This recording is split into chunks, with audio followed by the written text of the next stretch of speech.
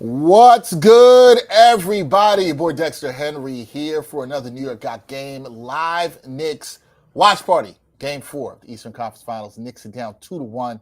So we have to bring some energy into the building. we like energy in here, but energy is going to be in the building tonight. As always, you get energy from my guy, my little brother, Brian Fonseca, as always. But one of my favorite people to talk Knicks hoops with. Used to catch him on Knicks Film School. Casual Fridays is the thing he does. You can actually also catch him with TNT Bleacher Report doing his thing. One of the great voices of the NBA highlights that you see around. My guy, Jeff Johnson. What's going on, brother? Good to see. I'm glad I'm with y'all, man. It's a game 4 because I'm not going to lie. Had game 3 went a different way, I might have caught the game 4 flu. You know what I'm saying? It'd be like, you was gonna be a late scratch on us? It's either that or it was gonna be a hate watch. You know what I'm saying? Because the way they've been stressing us out this year. But I'm 1 foot back in. I had to wear the Bacher back pages. Raekwon. You know what I mean? This is the energy. We're on 90s New York energy right now, but I'm ready to go, man. I'm ready to go. To let people know, the shirt says only built for New York Knicks. And what I think people should know is why I think the vibes might be good here tonight. Brian was out here listening to Only Built for Cuban Links as he came into the studio today. I was not. Didn't know that Jeff was going to wear. He had no idea. The synergy was already synergistic. You know what I'm saying? No idea. So the energy is there. I guess, Jeff, what I have to say is you said you're 1 foot in. And you're right. This would have been a very different watch party if they had lost the other night. Oh, yeah. Down 3-0. You might have just been sitting here like this kind of body language. You know what I mean? Like that's not. We all would have brought food. We don't want to be here. I wouldn't have trashed the watch along and whatnot. I would have came with my energy, but it would have been a totally different. Like, show me what you got. Show me what you got. I'm still like that now because there's no room to be smelling yourself. There's no room to be overconfident. Right. Every game is game 7 from this point on. That's how they should treat it. Learn to live with prosperity. You know what I mean? I agree. I like to see him do that. You see him talking about Neesmith testing out that ankle. Mm-hmm. We'll see how he is. Maybe OG blocks him a couple more times. Now we were talking about this right before we started. Tyrese's dad, who had been banned, suspended, John Haliburton, is back in the building. They've allowed him to be back at these games. Do you think this is a factor at all that they now have another hype man at Gainbridge Fieldhouse for the Pacers? I don't know if it's a factor. It is what it is at this point. I just think that he wouldn't have been back if they weren't playing the Knicks. Chalamet's in the building, Still is in the building. Spike flew from Cannes to Indiana. I don't even know if he found a direct flight to get over there. He's in the building. So I just think it just adds another layer to the Knicks-Pacers rivalry, and that's what they wanted to do. I can see that. All right, we're underway. Shout out to everybody in the chat. Hey, man. OG first basket plus 425. Oh, that was a bet. Shout out to my guy Sean with a W. Sean locked that in. Oh, I think it might have been Macri who locked that one in. That's a bet right there. Yeah. All right, we'll talk about. I didn't even talk to Brian. Brian and I usually talk about what the hell is that? Jesus, what is that? Of course, of course. Now this guy's gonna be. If he's gonna have that type of night, I mean. It's interesting. The first possession, Neesmith was guarding Brunson right away too. So I thought it was BS that he was a game time decision anyway. I felt like because he finished the game, that ankle would have had to flare up really, really badly considering the position that we're in now at the time of the year. I felt like Neesmith was going to play the entire time. But the fact that he came right back. Yeah.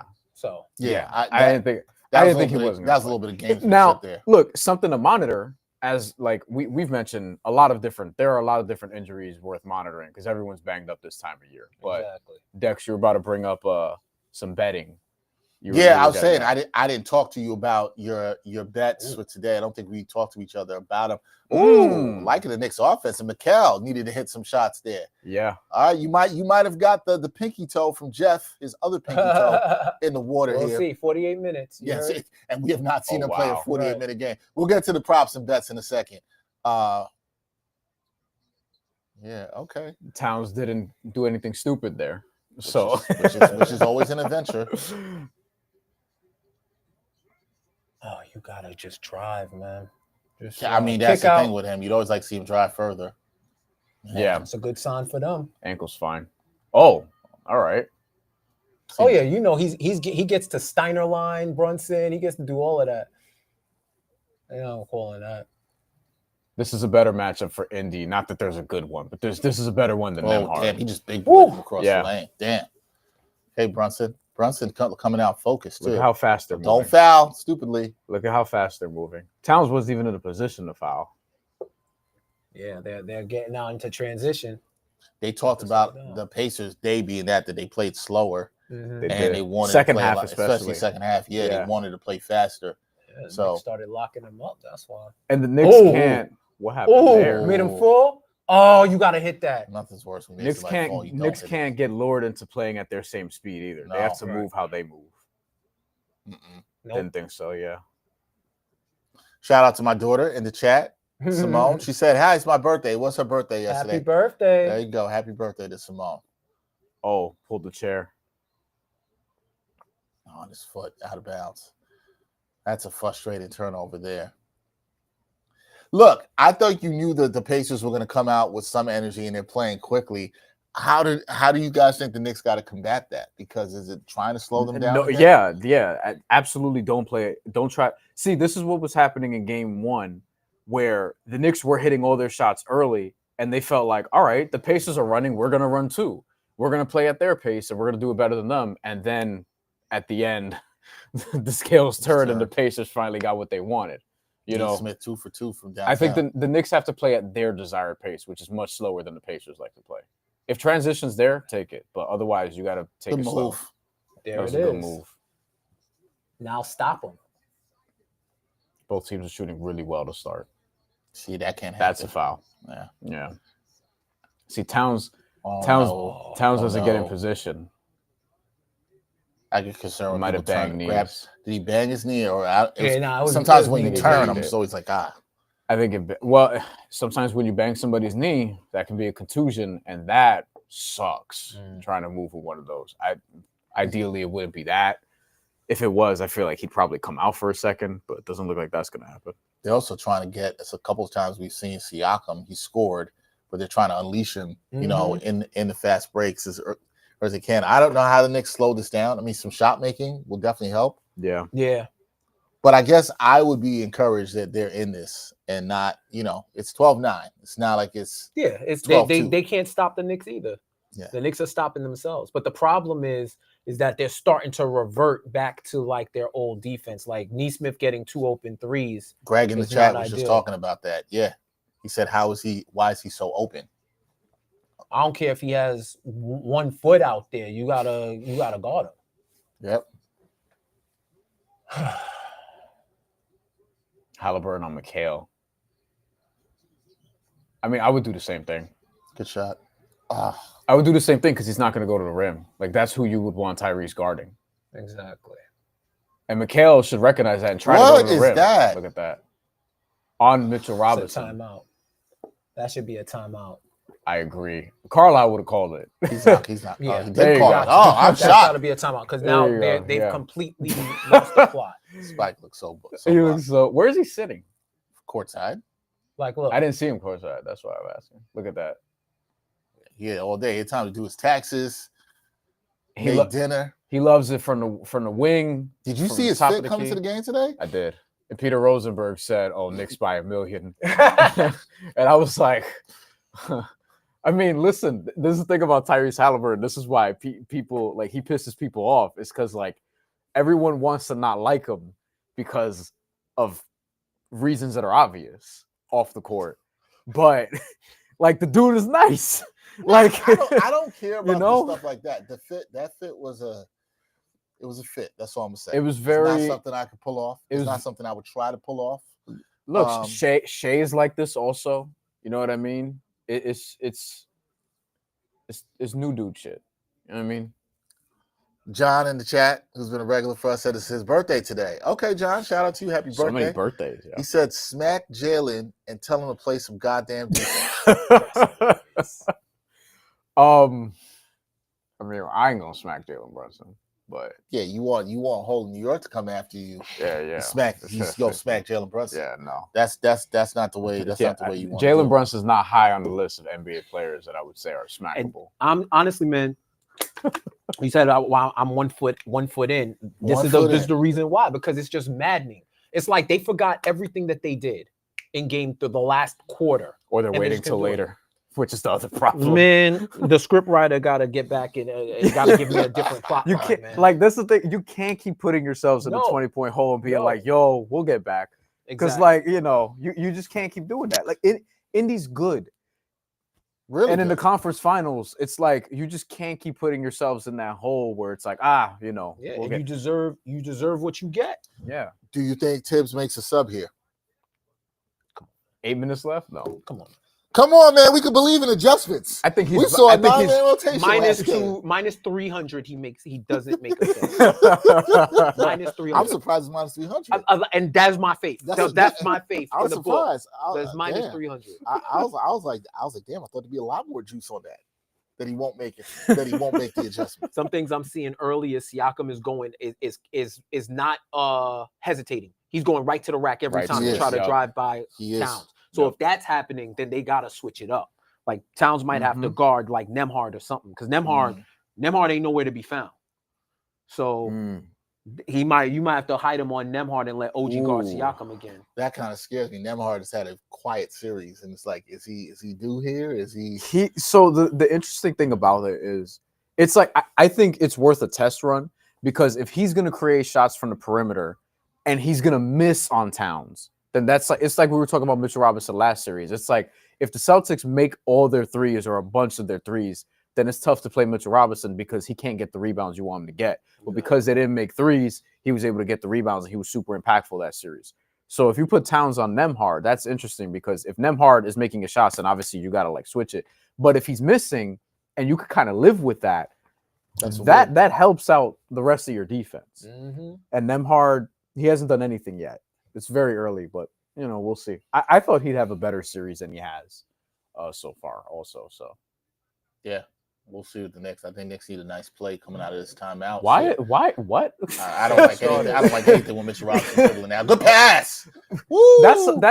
That's completely on Miles Turner, because I don't know why you're guarding. Maybe he was so discombobulated by Mitchell Robinson dribbling that he was just like, I don't know what I'm gonna do. Why are you playing Mitchell Robinson that high?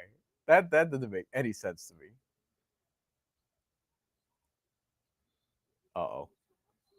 That's offensive foul.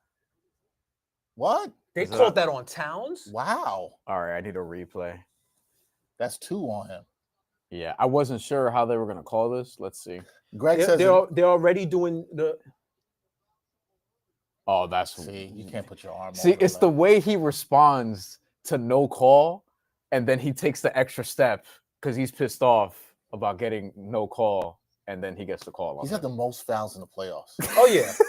And I don't even know why I've said that like I was surprised. Like I shouldn't be surprised by that. And he's earned just about all of them, I feel like. Yeah. I mean, that one was kind of crazy because it was a move, but he didn't initiate the contact, but at that point it's like, yo, let it go. That's the problem. Yeah. You know what I mean? Yeah, it's like if there's no call, then don't pass. And once he's flailing, they're gonna call something. Yeah. And he does a lot of that. We've been talking about that all playoffs long. He does a lot of that. Yeah. It's like you gotta watch your body language. Yeah. Ben Shepherd already? Early. That's early for Nesmith. Yeah. That tells me his ankle's not 100% because... Or they just want to play him in short stints because of that. Because of that. Yeah, I mean, they got 6 points out of him, so... Yeah. Right. That you're looking at that like, so when he got 2 open threes. I'm surprised it's Ben Shepherd, but I don't know what the alternative is. Here's the other concern for me too, guys. This is now another first quarter. Wow, what a shot by Brunson. Could have been a foul. Where you're going to get a lot of minutes from Mitchell Robinson. And he was looking a little tired. Because he's playing long stints. He's playing long stints, which he's not used to. His condition's better. All right, Knicks get a turnover here. Well, you see that the defense turned up. Okay. Do not fade. He's good. Yeah, on him. Oh, that's a foul. And one. Let's go. Wow. Thank you, Mikal getting contact. And free throws. Unbelievable. Well, a free throw because he actually made the shot. This is what I'm saying. Like, make Hallie work. Greg, our guy Greg in here says the Dominican and Cat can't help but foul. That's hilarious. I know foul, Papi. I know foul.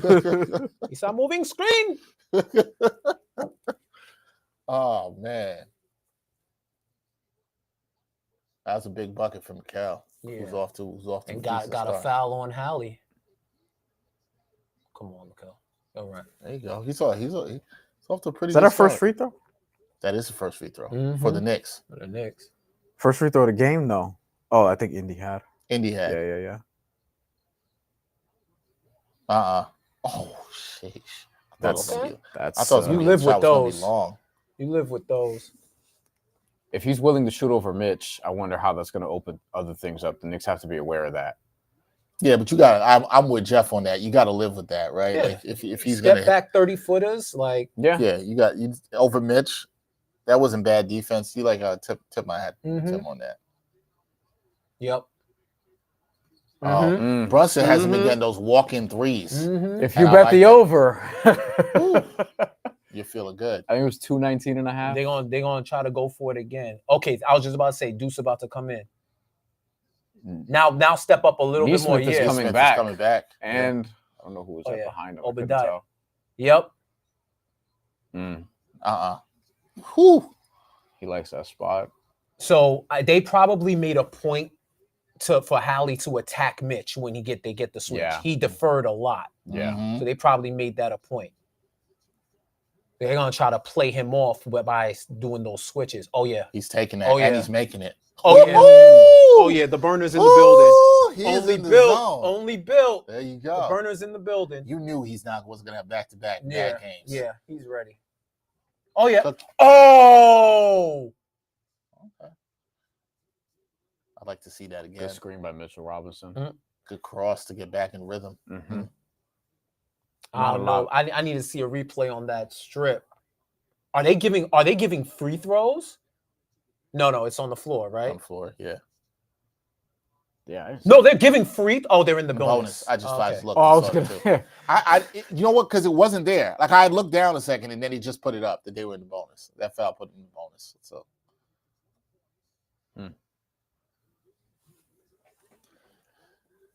TJ McConnell was the other one. So TJ McConnell's in. Neesmith is in.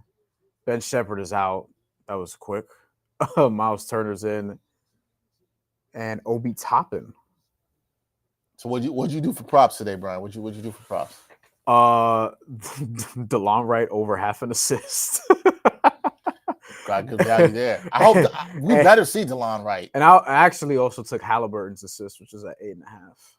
We'll see how that goes. I thought you were gonna take Campaign over 1.5 points. No, because I took the under for his points last time. He didn't play it. They didn't give it to me. They voided it, which is dumb. I was like, yo, he might not play. Oh my goodness. That was great footwork. That was a good chess match between the two of them. Damn. Mitch got picked off. Ankle's fine. Mitch got picked off that was a good screen by Turner. See, look, they're getting lured into paying at their pace. And that could they up. Stupid foul. Loose ball foul. They're in the bonus they were in the bonus with like 5 to go. Don't try to run with them. Like, I don't understand it. And then Josh Hart commits the foul on the other end because he's mad that Neesmith dunked in his area. John in the chat says everybody in the Pacers is being treated like their SGA. Yeah. Mikel needs to use the backboard. His shots are garbage. John, you really love Mikel Bridges. You love Mikel Bridges. I think Mikel's been aggressive. I've had a problem with his shot selection. Some of them fall that he should have hit, but I personally don't have a problem with his shot selection. Precious Achiuwa. Finally in the series. Oh, boy. See, but here's the thing. You kind of got to give the adjustments. Because you couldn't, I said you can't play Mitchell Robinson 9 minutes or 10. He played him 10 minutes last time, 11 minutes. And he can't put Towns back. That's what it is. Since Towns has 2, so he has to play Precious. So Jeff, you don't like the Precious Achiuwa edition, do you? No. But we'll see. I'm willing to be wrong. I'm willing to be wrong. I think this is what Carlisle's been advocating for the whole series. Sounds like a trap, though. Yeah. No, sounds like a trap. No, but that's exactly. He's literally been advocating for this the whole series, but once again, Towns got into foul trouble, so this is where we are, right? Yeah. So 2 things. I think one. There you go. There it is. He has to shoot that shot if it's open. This is the end where Precious is going to make his money. Yeah, it's from a rebounding perspective. The Knicks don't have as much of an advantage if Precious is the big there. It's really on Josh Hart now, along with Precious. Good defense by Hart there, and a good rebound. Come on, let's push. Uh-huh. Ooh. He probably should have bounced past it too. Here On comes the a right. pass. Yep. That was too obvious. Brunson was trying to take They the can't charge there. don't even try to run with them. I don't understand. That last fast break was fine. That last fast break. You have to think about when you're pushing the ball, right? Yeah, like think about when you want to. They have to be more selective. Okay, what are we doing? What are we doing? Precious handling the ball with 10 seconds. 8 seconds left on the clock. Miss Deuce. That's a foul. And one. Yeah. Brunson's on one. Brunson's in that group. Yeah. Brunson's on one right now, man. Yeah, he got that look. He's got that look, man. It has to get to. You can't let it get to the point, though. That's the problem. He was trying to lob it up to Precious. Actually, I didn't realize that got knocked away. That was actually a good deflection, like a great deflection by Obi. It's funny. I thought he was going to his left. I didn't realize he was passing to the right and got knocked away.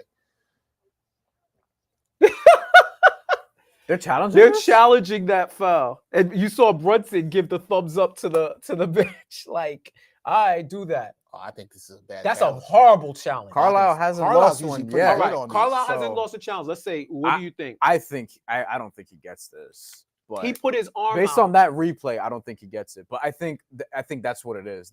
They're hoping that Brunson gets called for the offensive because he stuck his arm There's out. no way. But you know what? Carlisle has been a god with these challenges. Even the stuff that should not get overturned gets overturned. Yeah. So if they overturn this, I'm throwing it up. It's like, yo, at this point, I want to see him challenge something blatant to see if they give it to him. Just to see. What did you think about the officiating in the last game?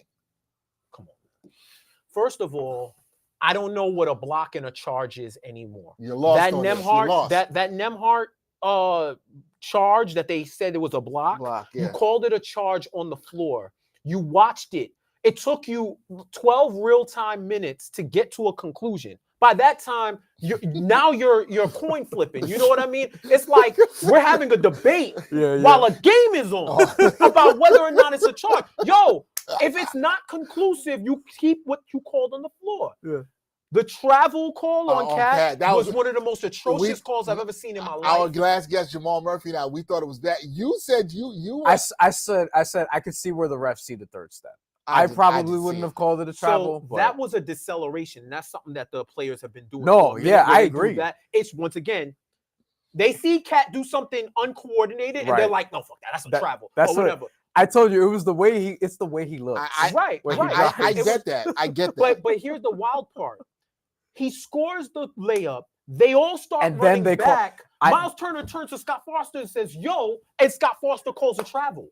I'm like, "Yo, that's like he had a delayed reaction." Right. That was the thing I said too. Remember in the moment, I was like, "If you're calling that, you have to call it earlier." Yeah, like you have to call it earlier. I would have rather him call it when it happened and then be like, "Yo, I thought that was a travel." Then I'm like, "All right, it was quick." But he scored the basket already. Right, which you don't often see. Yeah, and then the Bridges foul on Haliburton when in the final seconds when Haliburton was driving and they called they called Bridges for hold. Like they said it was a hold. When I'm like, "Yo, fam, y'all literally let Nesmith beat Brunson up the floor. Like he can clothesline, he can hand check, he can push with his hand, but hand fighting with Haliburton is a foul." Like, I just want consistency. Consistency. That's all I ask for is consistency. If y'all are consistent and you call it the same way, cool. But don't make something not a foul for 3 quarters and 11 minutes and 30 seconds, and then in the final 30 seconds, you're like, "Yo, you know what? Nah, that's a foul." I just hope we don't get to the point where, especially with this game, where officiating decides it. I don't want that to happen. It came close. Because it came close. Yeah, that's the thing, too. I think a lot of people, so if the Knicks ended up losing that game, I think people would have, because of the comeback. Right, what we got? It's successful? Wait, I don't know if there was an before that. Okay. Call stands. Okay, so unsuccessful. Yeah, I realized I missed the too. So the call stands. Good call on that, B. Mr. Knicks 101 was on this. So Carlisle out of challenges. He wilded out with that. Sneaky big. So because that's also a little on tilt for the first quarter. That's some JB Bickerstaff stuff. That's bad by Carl. That's his worst coaching decision of the series so far. We'll see if it comes back to bite him. Okay, he didn't ice Brunson this time. Yeah. Will it matter? Will it not? We don't know. Inevitably, with these close games that these teams have had, everything counts. There will probably be something with 7 minutes to go where it's like, should have had a challenge there. But yeah, listen, you like having it late. I would never use challenges in the first half. Me neither. But they wanted to get Brunson no way. An offensive foul, so I get that. Deuce ran out too. Yup. I love that. That because they knew they played him for the pass. Mm-hmm. Yep. Because he thought they were going to bite. Credit Precious on that. Mm-hmm. He didn't. No way. Yeah, stop that. Shoot that. Yeah. Got him. Ooh. He might have got a piece of that. Oh. I'm glad they didn't call that. They didn't quite get him. Glad they didn't call that nonsense when Brunson spun off. I thought he should have shot that too, but in hindsight. Okay, what? Wow. Oh my God. He has 3 of those in this quarter. Yeah, his front runner force is loading up. The front runner force is look at that. Teams are 9 of 12 from 3 combined. Ridiculous. They might smack the shit out of the over in this game.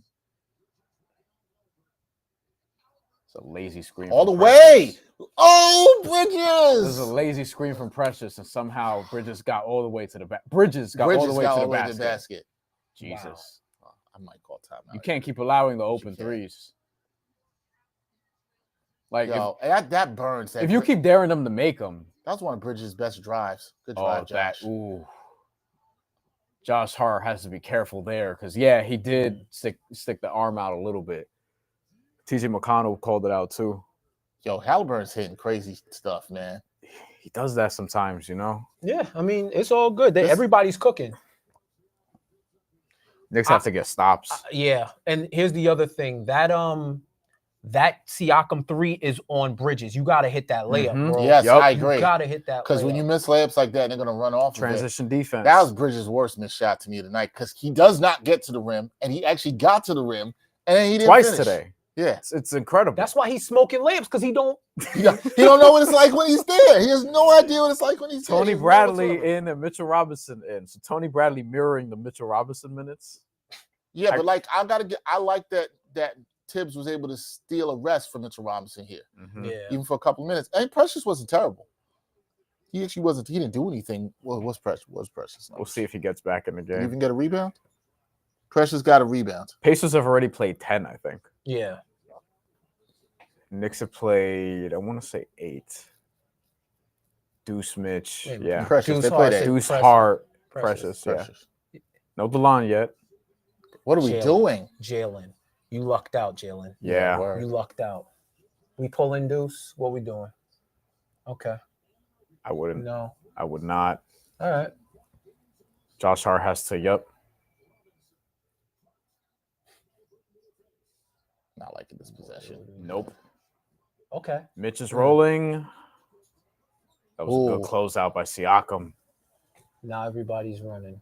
Good transition defense. Yeah. Job. They had lazy. See, everybody got back. Good rebound. Good rebound, Hart. Good pass. Come on. Look at Hart. Oh, wow.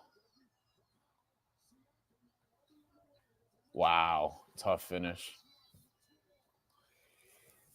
Knicks had some chances with the threes. Good first quarter. Just like a pure good offensive first quarter. Yeah. Offensive, not defense. I don't think either was been great defensively. Is that a backcourt? Yeah, went off his leg. Yeah. See, these Matherin coming in now? Turnovers like this are the ones that frustrate me. Yo, is that 11? Unforced turnover there.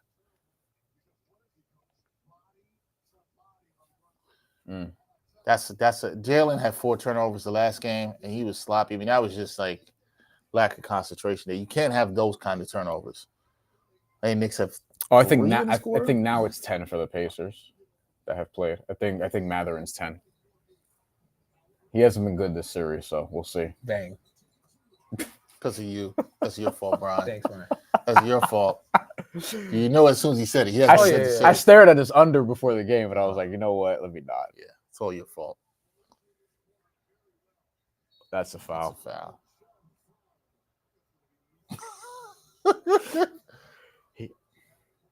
He makes funny ass faces. Josh Hart makes the funniest faces on the team. All right, he's annoyed with Neesmith.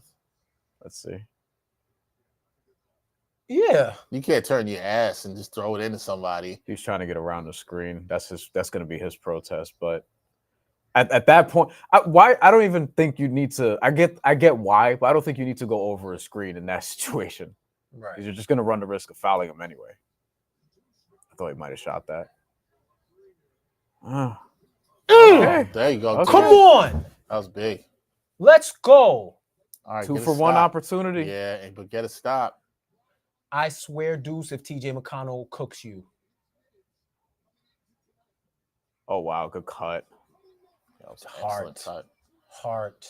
As Matherin, thanks to Brian. I don't like that yes, sir slogan. Yeah, no, I think it's terrible. Like, how do they not come up with something better than that? That's kind of crazy. Ben Shepherd now. Again, quarter. Brunson being guarded by like 4 different guys in a quarter. Oh, they had the right idea too. Too late. Josh, come on, Josh. That was predetermined. You could tell. He just tried to force it in there. Yeah, had he waited second and got looking for a pass. That's off. Ooh. Josh, come on, Josh. 43 in the first quarter. That's rough. They're only. I think them being only lead. I think them being within 8 is a win, considering the way they were scorching. Yeah, I mean the Knicks haven't shot the ball badly here in the first quarter, right? Like they've shot really well. They shot 56%, 50% from downtown. They've made all their free throws. They've turned the ball over 4 times. The problem is they're doing that and they're trailing by 8. Yeah. Like, however, that was a great offensive. I mean, they missed a lot of like opportunities to hit shots. Right. You can talk about the 2 Bridges missed. The couple of threes that were missed by Anunoby. The Knicks have 13 made field goals, 5 assists. The Pacers, 15 made field goals, 11 assists. So they're getting out, they're moving the ball. Jesus. By the way, 11 assists to 2 turnovers. Yeah, and the Knicks have 4 turnovers. That's a near 6-to-1 ratio. Mm-hmm. Knicks are 5-4. That's it's not great. The only thing I'll say is like it is to some point, if you want to look at it this way, it's kind of encouraging that you're here within 8 points. You put up 35 on them. I still don't think you're playing the best game you could with the pace that they're playing. I think you could spin it either way you want. Like if you're pro Knicks, you would be like, oh, they're only within 8. And if you're pro Indy, you're like, well, the Knicks can't keep shooting like this. Right. Yeah. You know, like I think you can spin it either way you want. Of note, Towns has 2 fouls. We'll surely see him back soon. I think that's had a huge impact. Yeah, because if you take him off the rhythm early, is he going to come back and try to overcompensate and do dumb Karl Anthony-Towns flailing shit? And then with Josh Hart, he has 2 turnovers. Doesn't have 2 fouls. He has 2 turnovers. You have 3 other guys with fouls at this point. From a plus-minus standpoint, nobody is a plus. Precious Achiuwa is a neutral. He's your best right now in terms of that. But plus-minus, we all know it's not perfect. Addictive. Although I think like we've had several examples in the series where that matches what you're seeing on the court. We pointed this out last game. We pointed this out the game before. We pointed this out last game, especially with the bench. This game so far, it does sort of track. I mean, Neesmith is a plus 13.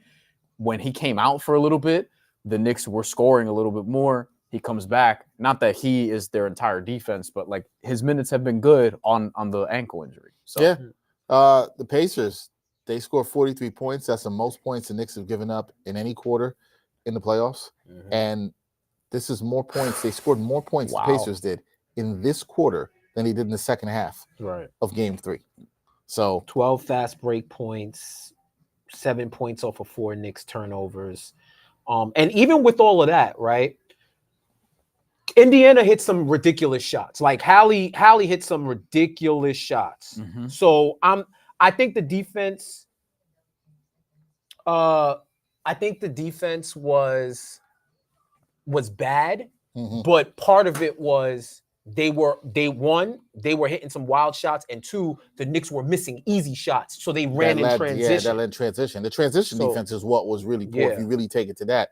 Now I wonder, would the transition defense be important? A guy who played good defense, do we see some DeLon Wright? Does DeLon Wright get some minutes? I think so. It feels like it would be a good spot to use him here. You know what the other thing is too? Like, if Indy's going to continue to make these crazy shots. I mean, Yeah, it is what it is, but also it puts the onus on the Knicks to keep making their shots also because they're shooting such a high percentage. And that's why they can't miss some of the bunnies. The margin for error is really small. Like if you're the Knicks, like you can't afford.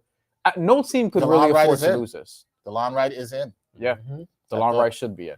I need over half an assist for DeLon Wright in this game, so we'll see. Like what's happening? Oh my goodness! That was in and out too. Wow. They're taking and that's the thing. The Pacers have taken some crazy shots too. That one wasn't because that was just a walk-in three. That Mathurin shot was wide open. Was that Hart? What is Hart doing? That might have been Hart also. Yeah, John in the chat has been killing Hart for this series. Again. Hart's had an uneasy series. I thought he'd be better. Oh, here we go. Cat. Yeah. I think Siakam knew that was coming too. He just turned around and he tensed up. I mean, he's hustling. He's not making the best decisions, but he's hustling. Yeah. See what happens here off the inbound. Some better decisions. Good cut in. Curl for deuce. Boom, boom. Got him. Oh. Indy only has one starter in, by the way. Just Siakam. Siakam and 4 bench guys. Switch. Yeah. Yeah. Good pre-switch. Go under. Go under. Oh, that's tough. Wow. I didn't think he was going to make that. I didn't think so either. I thought Deuce got back in it with enough time. Use the backboard, kids. It just still works. Oh, boy. Oh, my goodness. Look at the post up. Thank you. Like, at what point? He's trying to get a call, man. He's doing what he could. But they got to try to get Cat going, too. They're trying. Oh, they're trying. They're trying to. He's gotten touches each possession so far. It's crazy. It's crazy because before Cat made the move, he was being fouled. Yeah. Like before he even went into a move. Yeah, Reggie said there's nothing Tony Bradley could do. I mean, he was kind of grabbing him around the waist. Oh, that's tough. Cat's got to see that. Yeah, it was right in front of him. How do you not see that? TJ McConnell wasn't even like hiding it either. Give me that. See him, Dawn. Here comes your DeLon Wright assist. Let's go! Let's go! Let's go! Over half an assist. Great bet. Oh, you gotta be kidding me with this TJ McConnell shit, man. All the way, OG. See, that's where that's a good decision. That's where you can get the Who's that who got fouled? Pacers were slow to get back. Carlisle's gonna be pissed about that, but the Knicks took advantage there. Siakam got 2 fouls, I think. He said, leave him in. Those are the kind of runs I want to see from the Knicks, where you're not trying to go with the Pacers every time, run for run, but man, you got that DeLon Wright assist. I was happy for you. Let's see. See if I jump on something live later. All right, here comes Obi and Miles. We got some Shamit time. Siakam's out. Have the Knicks played 10 guys? Yeah. Precious. 1 by force. Precious, Hart. Take it how you can get it. Shamit, right. Whatever. Take it how you can get it. Hey, man, sometimes change is slow. Evolution could be slow. We'll see how maybe Tibbs is evolving. Let's see how it works out. No Haliburton, no Siakam minutes right now. So against Towns. Oh my God. Yeah. Thank you. Offensive foul. Towns has to be the best player on the floor right now. So agreed. And I think Carlisle is probably just trying to steal something before bringing back Haliburton. It's funny. Turner might have got away with that had he not extended his arm. Yep. He was doing way too much there. He didn't need to either. He didn't. I'm surprised at this Pacers lineup, but we'll see. He's trying to buy time, so we'll see. He got the lead, so where Tibbs is finally done is like you got to try to buy time too and not burn your guys out. Like this is important for Brunson when he comes back, when Mikel comes back. Oh yes, that's a good shot. Yeah, that's a good. That's a wide action. They've been running that to get OG open. Good first couple of minutes for the Knicks here. Because they have to. It's important they win these minutes. There you go. Is Mathurin running the show here? Is that what they're doing? It's supposed to be McConnell. He was. Should be McConnell. Should be McConnell and Turner. You can't fall asleep. That's Hart again. Yeah, that was hard. Oh, Shamit's down. He landed on his ass. That's a tailbone. Shit sucks. Yup. Ask Jimmy Butler. He fell on that shit. Wasn't the same the rest of the playoffs. That was hard That's again. hard. Oh, It's funny. he got trucked by I'm Mathurin. gonna look now. Oh yeah. Mathurin put his hand out too. He looked like he was trying to crash. Just ran into him. That should have been called a foul. That should have been offensive. That should have been an offensive foul. Even if it was after the shot. Yep. Like, According to Bondi, Shamet limping off the court. Is he going to the locker room? That's the thing. Let's see. I don't think Landry Shamet's swinging the series necessarily. No disrespect. Time to play Pacome Dadier in his minutes. I mean, Tibbs would be like, you know what? Just put one of the starters back or something like that. Which hurts because you put Landry Shamet into steal minutes and he immediately got trucked. Yeah, but I feel like you still need somebody to steal minutes. It's like, do you trust the Pacome Dadier here? He's probably playing campaign if he. Instead. Oh my God! Yeah. You see how quick I forgot about campaign. Yeah. Sorry to my fellow Steelers fans, but nah, I was like, yo, we go Pacome Dadier over him. Yeah, well, do we want to see campaign? Who would the line? Deuce is still out there, right? So you can't play Cam. That's so small. And DeLon, That's so small. That's why I said Pacome Dadier.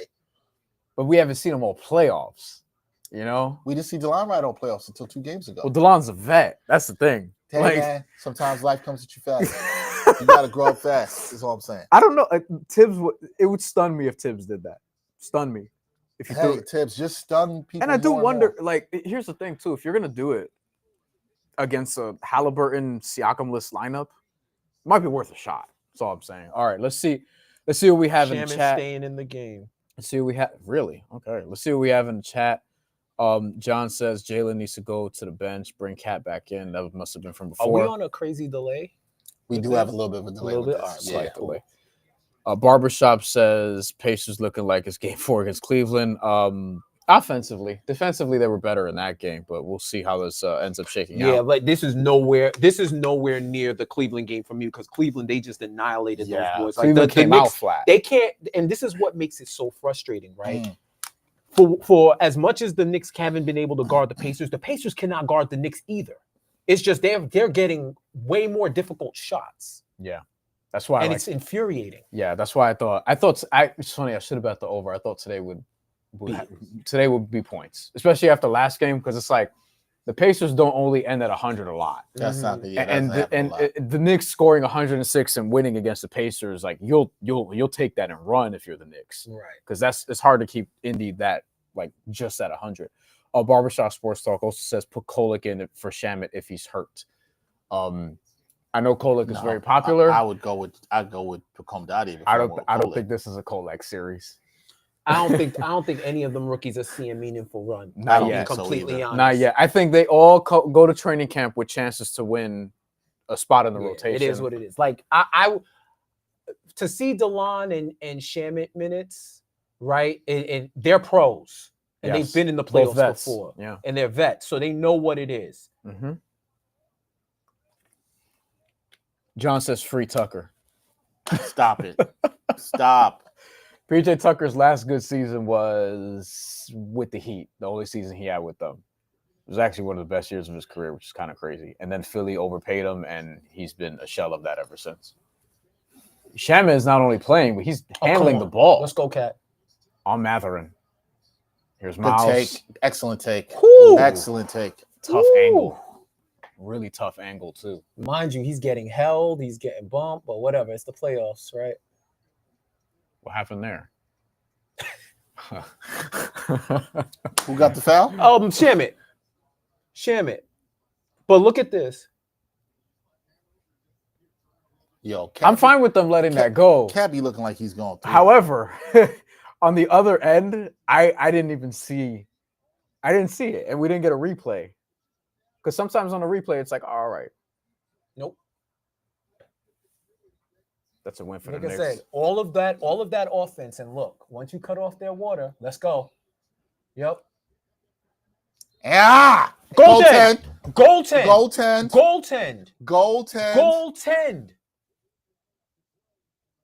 Y'all have to check that. Let's see. That definitely looked like a goaltend. Oh my God, another one.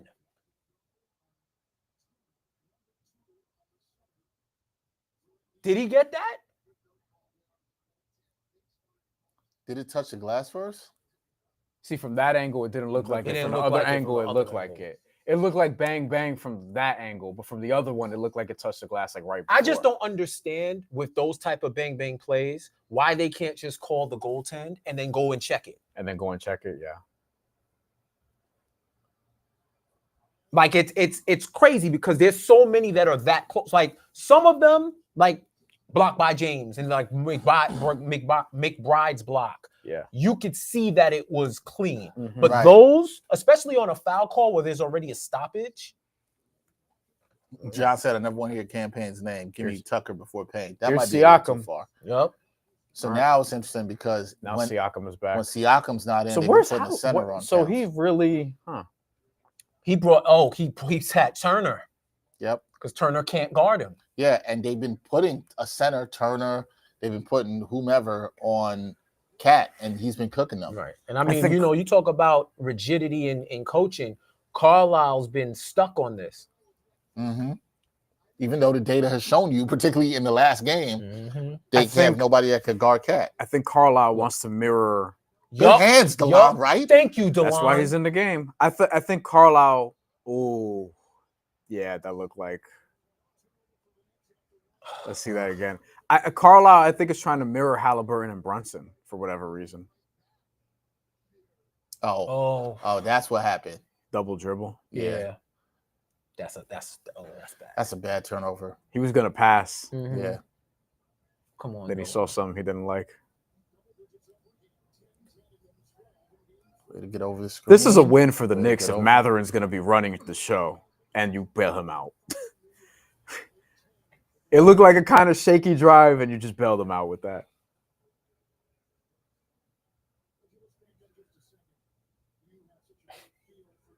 I don't know what Haliburton said, but it's probably some bullshit. Come on, DeLon.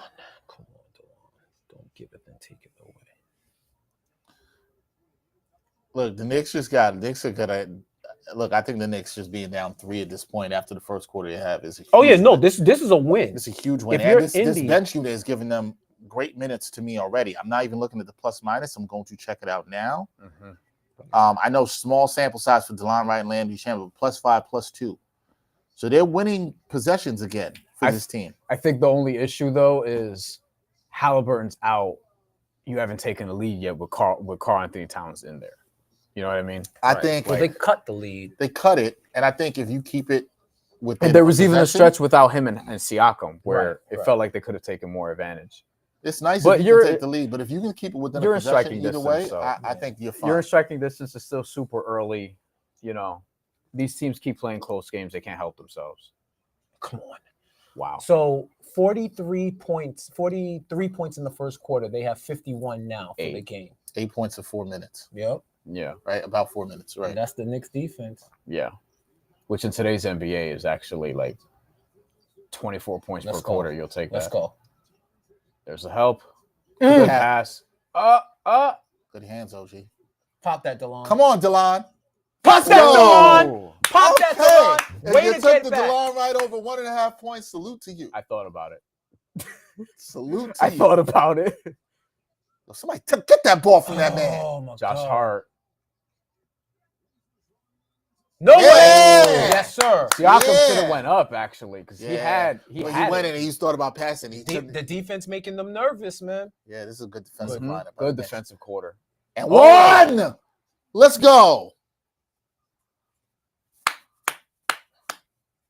That's Yo. how you respond.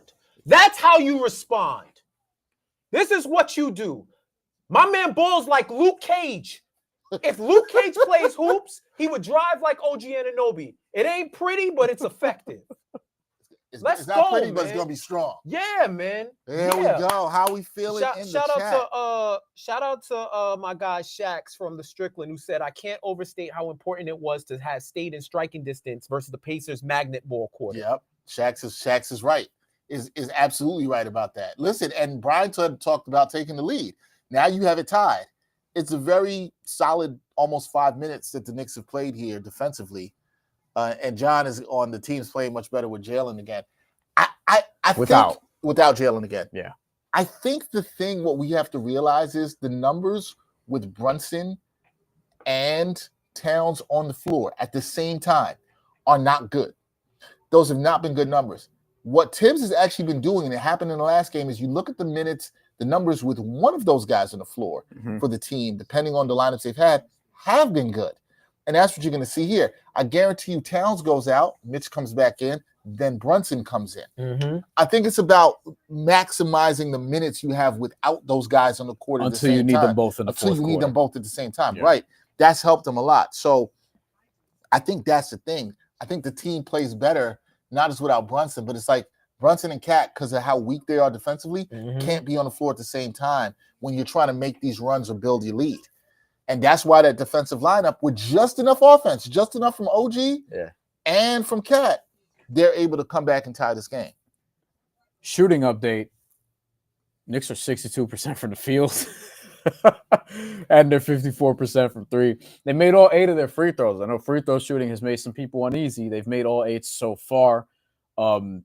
Josh Hart has 2 of them. OG Anunoby, Karl Anthony-Towns, Mikal, and Jalen Brunson have 1 each.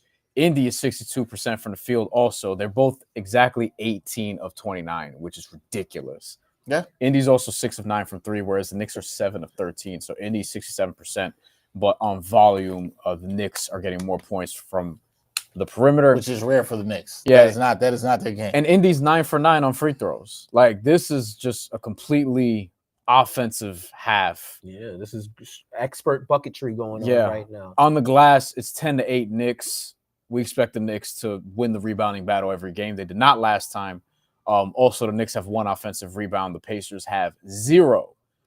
So that's where we're at right now. We also talked about turnovers. Pacers have had 2 in the first quarter. They already have 2 in this quarter. Yep. So I think points Haliburton, off turnover gap is only 2 now, which is huge. That's huge. I agree. Huge. I think Haliburton's coming in either now. He should come in now. But I think you might. I think you might see that Haliburton and Brunson. I think the Brunson and Towns to the bench. You might see that as well too. So yeah. And here's another thing that's important. What that second unit did: fast break points in the first quarter 12. This quarter 0. It's still stuck at 12. Go on.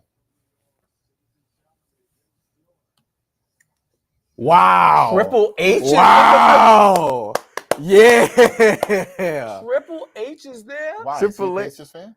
Well, no, he's from Connecticut. He's from Connecticut, but him and Haliburton and Brunson are like big fans, and they ran an angle with them at SmackDown. Yeah. Summer Slams at MetLife. You're a big wrestling guy too. Oh yeah. Summer Slams at MetLife. Look at we look at that. He's low-key probably a guest of Hallie. Probably. Maybe. They ain't show Hallie's dad yet. Good defense. That is good defense. Halliburton's in now. Oh my God, that push-off. I thought that was gonna be cookies, man. That push-off is crazy. The Knicks staying with the same lineup. I just realized. Which I kind of like. Yep. Yeah, I mean, look, it's working. Neesmith is guarding. Oh yeah, let's go. That's tough. Come on, Hart. You got to make him better, man. Josh Hart's not been great. He's smoking it right now. He's got a couple of turnovers too. He's got 2 turnovers. Wow, that's rough. Good block. Good defense. Damn. Save Karl Anthony-Towns there. OG 1 block. Shout out Sean with a W.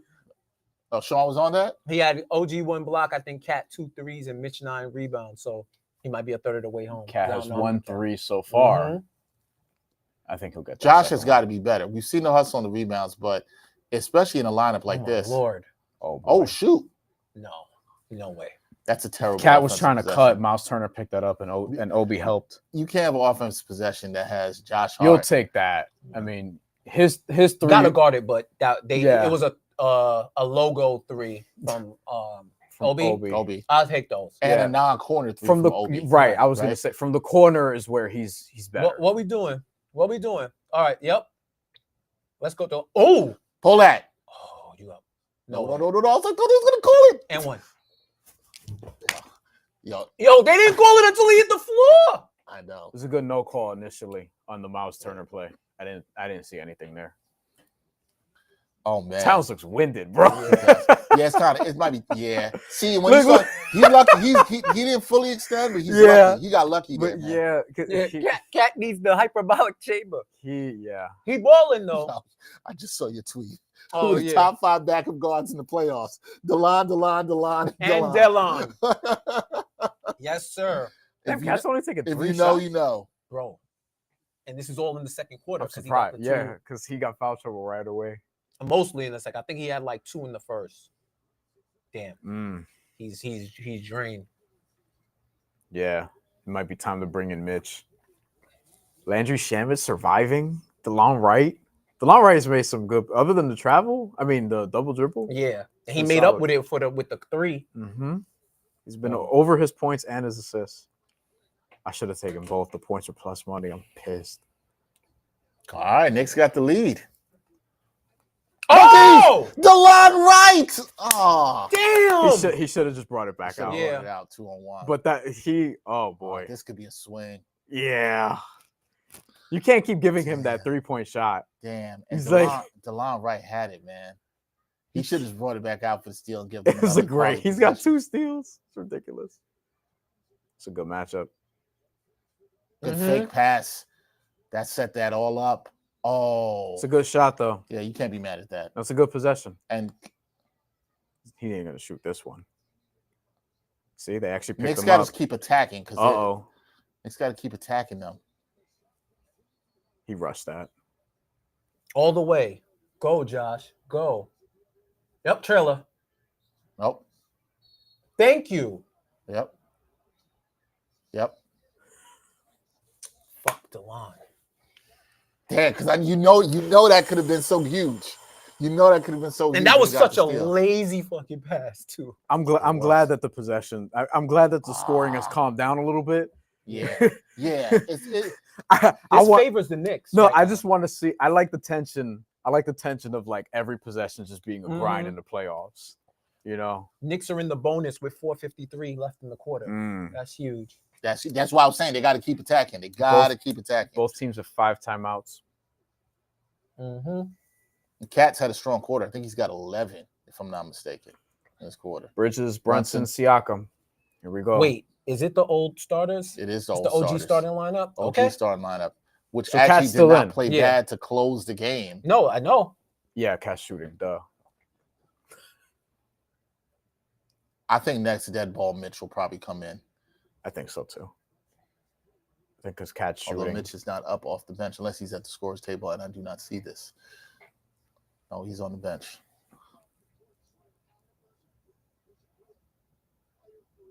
He doesn't need to be at the score table yet. Look at that, right at Towns immediately. Immediately. They know.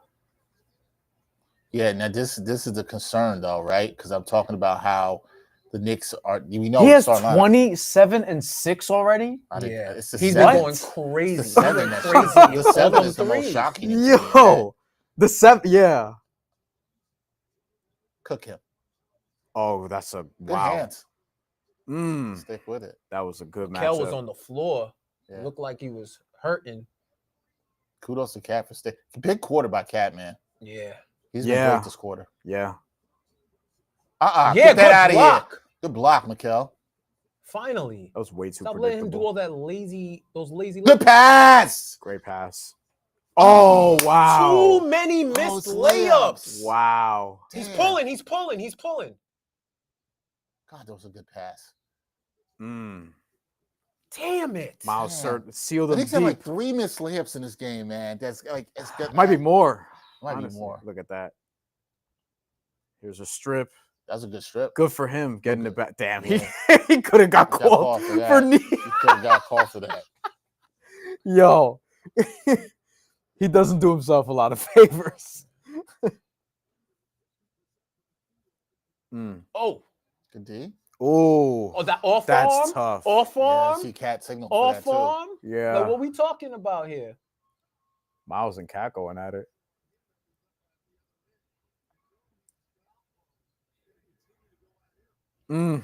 Josh, what are you doing? Yeah, he's killing you. That was a lazy pass. Yeah. Oh, how did he make that pass? Come on, I Josh. call a timeout. I right didn't even there. see Like, the what's happening right Timeout. now? I know it's 4, but I would call a timeout. Carlisle would have already. I think it's important to settle this team down. That nope. I don't like this possession. You could see it coming a mile away. He's serious. 7. Oh my God, he almost. That's going to be a big play. That's going to be a big play. If Brunson pops a 3 now. Okay, Hart. Hart, you needed to redeem one of those yourself back. or something. That's like a pass. Yeah. Almost. Sheesh. Josh Hart, whatever's going through, he's got to. You know I love Josh Hart. He's got to calm down. Oh. Damn, Turner didn't wanted no parts of that. He was too far, honestly. He didn't look like he was in rhythm for that either. Hell, he don't got one of those. He's gonna pull Jalen. He's gonna pull Jalen. Good box out by Cat. Good defense. I can't believe we're almost at halftime. Woo! Good body control. And one. Yeah. And one. He was in the restricted area. Oh, Gugwa. Say his name. Yes, sir. Barbershop says when the starters are out there, not only our defense is bad, but we can't generate consistent offense. Well, here's the thing. I think the offense has been fine. It's that look, their 2 weakest defenders are on the floor. This is what I've been saying. The Knicks have to try to steal minutes when they can and hopefully get the lead, which is what Brian was talking about, so that when the starters come back in, you know you're going to give up a little bit defensively, but hopefully they have enough offense to maintain it. Yeah, OG played the whole quarter, hasn't he? Yeah. Oh man, that's yeah. Oh, here go Mitch. I think Mitch for town. Yeah. Yo, Cat. Yo. I feel you, bro. Cat was out there hurt, bro. Yo, you could tell, like, even on that bad pass it's liquid IV time for Cat. Oh my goodness. He can't play the rest of the quarter. He cannot play the rest of the quarter. Well, now that they got Mitch in there instead of Cat, now the defense, there's less foibles. You have one weak defender. They got to defend the 3. That's a good pass. Josh again. That's a Josh Yo, again. Yeah. Josh again. Yeah, it is on Josh Hart. That is on Hart. Yo. Josh's defense has not been good, and he's turned the ball Understatement. over. It's an understatement. I don't even know what his turnovers are, but it has to be. You might have 2 weak defenders in this lineup, and they're both on the perimeter. That's a problem. And one. That's a foul. And one. Yeah. Yeah. Neesmith got shout out to my guy Chris Hoop Spaces. Chris Herring. Oh, shout out to Chris. Not Chris Herring, excuse me. Chris Barnett. Yeah. Not he said that Neesmith just needed to get his ankle retaped, but I don't know, bro. He's moving well enough in the beginning, but as the game wears on, they're gonna have to switch that up. Josh Hart has a team high and a game high 4 turnovers. I thought it was more. Yeah, I said it was about 4. He's had some bad ones. Brunson has come to play. There's no doubt about that. He's had 1 bad turnover, but he's come to play. Knicks have to turnovers. Let me see the numbers on turnovers right now. Turnovers: Knicks with 9, Pacers with 5. What's the points off turnovers? That I don't know yet. I'll have to look at that. God, get up on him. 2-pointer. Good. Good big board. Okay. Oh my God! Of course. Bullshit. Of course. Stop fading away. Of course. Who fades away more, LaMarcus Aldridge in his prime or Mikal Bridges? It's got to be Bridges. It's Bridges. Jesus Christ! I've seen Aldridge be shooting straight up. Yeah. Good You gotta be kidding me, man. Knicks are getting a better whistle this game. But that shot, even that shot, time. I've defended Mikal on some stuff, and being aggressive. That's that rough. shot was terrible. That's some JV shit. That shot was. You terrible. cannot be. Like if you're gonna dribble it out because you don't quite have the angle on the layup, then get it out. Just get it all the way out and just run something. You have time. It's not like you don't have time. That's the other thing about it. Neesmith is he can get to 10 here if he makes both. This will give the Pacers 3 in double figures. The Knicks also have 3. Some of you may be sweating out Pacers first half or Knicks first half, depending on which way you had it. I think it ended at 1.5. There were 2s out there in the market. So let's see how this goes.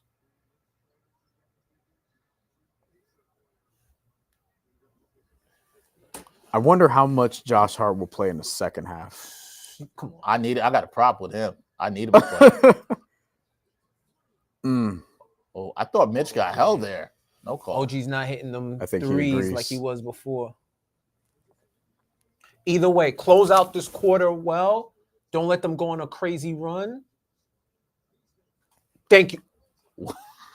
Oh, they didn't call that. That's crazy.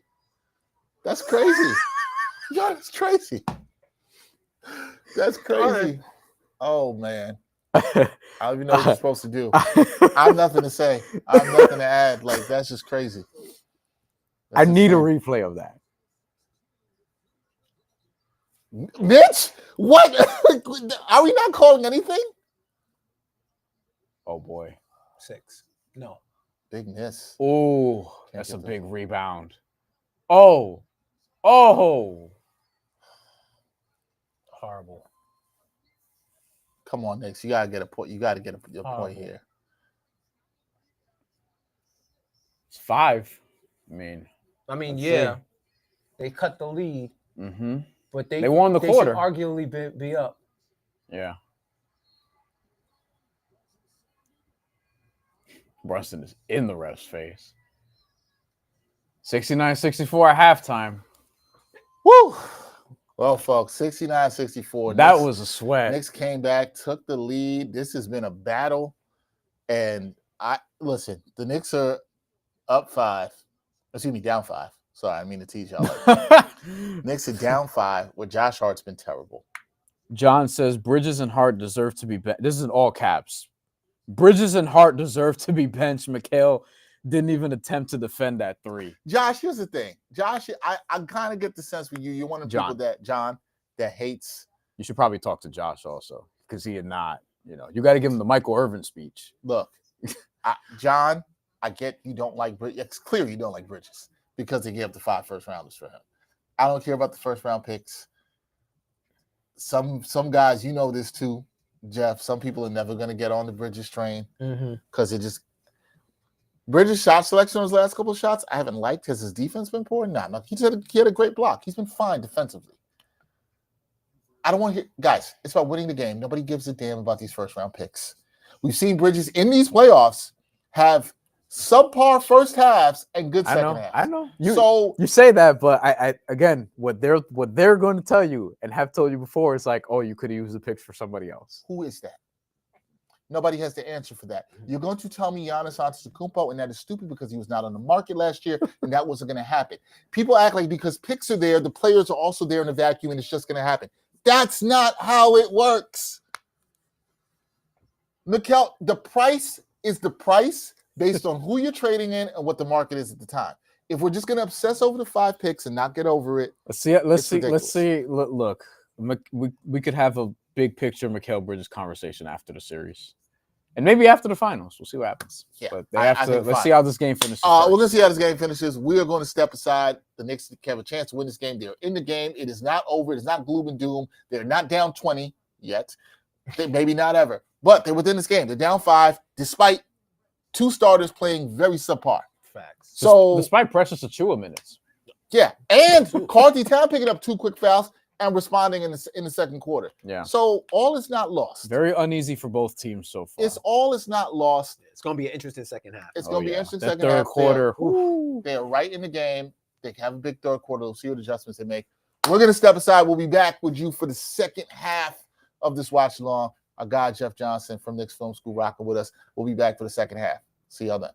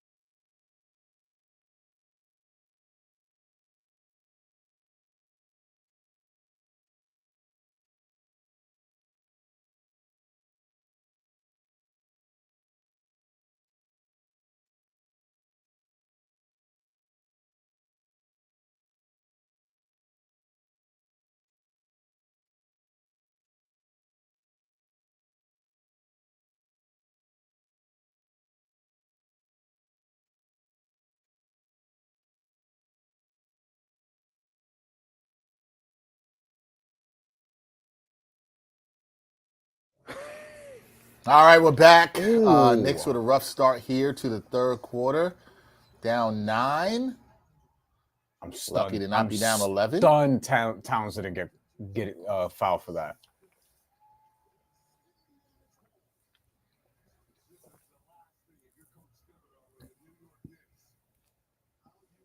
Oh, he had a hand on the ball first. Mm. Oh, It's out on Bridges. They put up the fast break points a little while ago. It was 19-2 Pacers. That seems to be a problem. Oh, that would have absolutely forced timeout if he made that. Big possession for the Knicks right here. Yeah, they haven't put together one good offensive possession in this quarter yet. It just started, but out of control. Not going to get a call. And Siakam guarding him now instead of Miles Turner. They're Good job by They keep going for like the kill shot. Yep. It's that Bostonitis. You going for that. Now look. Just kidding. Don't like that for Mikal.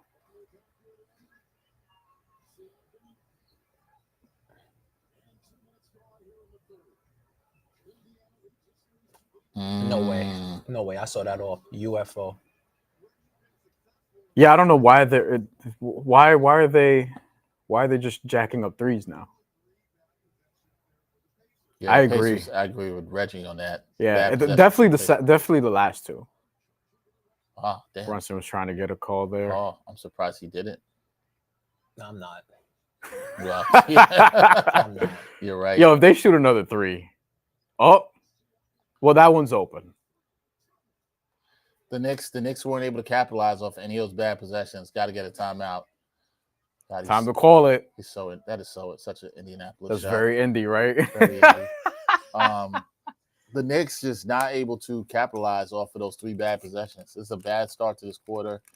The offenses look discombobulated. No, I want to hear about energy, but discombobulated. It went 7-0 run for the Pacers, and the Knicks have to respond now. There's no time to let this get to 20. I know that's the time when they usually like to play. Yeah. The game doesn't start until the Knicks get down by 20. They ain't got no time for it to get to 20. But as we talked about before we started, you can't keep doing that. No. You can't. The Pacers gave them 3 straight bad possessions of BS threes, and they did nothing with it. Nothing. And, honestly, they haven't put together like a real good possession in this quarter yet. Exactly. They came out of the third quarter just not. It's like they're not ready. Nope. And the thing is, the Pacers also turned them over right away multiple times. Like the Pacers came out how they're supposed to come out. I think the biggest thing the Knicks are going to look at is the reason they were down 5 in the first half, which I still think they were fortunate to be in that with its turnovers. 11-5 right now. Yeah, Knicks. You can't. You're not going to win a lot of games like that. And both these teams are among the best teams in the league in terms of taking care of the ball, but you're not going to win games like that. And now they're down 12. 11-5 turnovers. Worth noting that the Pacers actually committed more fouls, 12-9, than the Knicks so far. Siakam, Nesmith, Turner, Nembhard all have 2 each, and so does Obi Toppin. So that's something to watch. Nesmith is plus 25. That's kind of crazy. Haliburton's plus 19. That one you feel. And I think Nesmith, defensively, even though he's obviously compromised, he's not getting killed in his minutes at all. You know, the thing that's interesting with Indy is we obviously talk a lot about their bench. Their bench, all minuses, except for Tony Bradley right now. Ben Shepherd's a minus 13. That one you could see. Ben Mathurin also minus 7, but that was also in a Haliburton-less lineup. So I do wonder if Carlisle's going to keep one of Siakam, Haliburton in there the entire time, because they had a lineup for a few minutes last time in the second quarter, and the Knicks didn't quite take full advantage because it felt like they could have put together more of a run, but they chipped away at that lead a little bit. They got the lead. Yeah. They did get it, albeit it's only by 1, but they got it when Brunson. I think Brunson had come back at that point. Yeah. But they did get the lead, and then they gave it up. So 7-0 run to start this quarter. Tibbs calls a timeout. Pacers' biggest lead of the game, too, I think. Yeah, and will say that. Again, this shows in the data. It shows right here in this quarter, the Knicks' weakest lineup has been the starting lineup because of Brunson and Cat being on the floor at the same time, that's when it seems like the Pacers have been able to get the separation, whether it was at the end of the second quarter, whether it was at the start of this quarter. They've been able to get their separation. So it's like, does Tibbs have to quickly go back to the more defensive lineup to get them back into this game? Because that's what, when the game was an 8-point lead after one, that's what got them back into the game. Yeah. They took the lead. Yeah. Then the Pacers took their lead and had it back by 5 when you had the starting lineup back on. Because that's the thing, and I think that's the thing you were saying, Jeff. The thing with bringing in Mitch was it doesn't really solve the main issue, which is you still have your 2 weakest defenders on the floor. Right.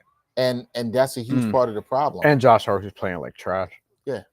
And do we have the same 5 come back out? You do. I think you got to have a short leash with this 5 if they're not able to cut into this lead into the next 2 minutes, I would say. Oh, to the rim. All the way. Oh, my goodness. Wow. A Mikal Bridges layup. Wow, do you believe Can you believe it? Oh, that could be cookies. Good block. Oh, wow. Look at how quickly they just go back. They're like, listen, we're not going to let you get set. We're going right to the rim. Honestly, at this point, they found a way. I think they might have found a way to play Mitch off. They're not getting, because they're going away from him. If he's not getting the rebounds. Actions, if he's not getting the rebounds and he's been completely neutralized, they might have to seriously consider sitting him to like get more offense in there or something. Who's that? Yeah. So what do you do if you need to sit Towns? Like if he gets in foul trouble again or something? I mean, then you can leave Mitch out there as the sole big, but I don't know if the 2 big lineup is going to be it right now. Because, like you said, they're running a lot of action where it keeps Mitch further away from the rim, right? Mm-hmm. So he's not as effective on the glass as we've seen him before. Where they need him effective is on the offensive glass, but the Knicks have actually shot the ball pretty well in this game. Mm-hmm. All the way. That's a dunk. Yeah. Now get back. Get back. Last 2 possessions for the Knicks a lot better. Got to get stopped. Now they're back here. Look at how they're always moving. Travel. Oh, out of bounds. Okay. That was a good closeout by Mitch. Great closeout. Miles Turner been selling for them, low key. Yeah, he has. He was better last game. Good read by Towns there. Yeah. This is where they gotta lean on Towns to get some offense. He has the clear mismatch on the court. Yeah. They have to identify that. No. I don't like that shot. Like that offensive board. And that's the thing that I'm talking about. OG got to swing that to Cat. Look. What was Turner doing there? He was blocking out because he thought Cat was gonna take the shot. Can't turn away from the play at that point. Oh, we're getting early Tony Bradley minutes. Oh, why not? Why not? Because you can steal some minutes here. You have a 10-point lead. And Turner's not giving you much. He's been fouling. That's probably He made that corner 3 earlier. Okay. Wow. Let's go, Mitch. If Mitch hits 2 here, it's such a win. So now Bradley, I guess, is guarding Mitch. You got the same advantage, and now they only have 4 shooters on the court. If you're making your run, if you're making your third quarter run, make the run now. Let's get one more. Is Mitch. it going to be with this lineup? That's the thing for me. Oh, my goodness. That's a good Mitch sign. made 2 free throws. Good sign for him. Free chopped cheeses for everybody. There you go. See? Stagger. Yep. Wow, off Nemhard. Did he pull his hand back in time? I'm not so sure about that. Huh. Yeah, I would not challenge it, just to be clear. I would not challenge it. This is not challenge worthy. No. Just let it rock. Here comes Neesmith. Good defense. Good job by Jalen. Oh, never mind. Wait, did he fall or did he get hit? I think he might have gotten screened. Yo, they're like tackling each other the entire series. It's crazy. All the way, OG. Good jab step. Clunky ass move. Wow. I didn't think that pass was coming. Cats stay under control. Nice. Oh, wow. God. Look at Mitch. Ooh, Mitch. We just talked about whether he could get played off. Yeah. He's come up with He's three responded. big offensive rebounds. Sorry. He's responded. 3 big all the offensive way. rebounds. Yeah, if he's good rebounding, help. that's when you need him. This. You want this. Oh, good move. That was a great Excellent move. But if they're gonna play one-on-one, you want that from Indiana. When Yeah. they're running their offense, that's when they're dangerous. Yeah.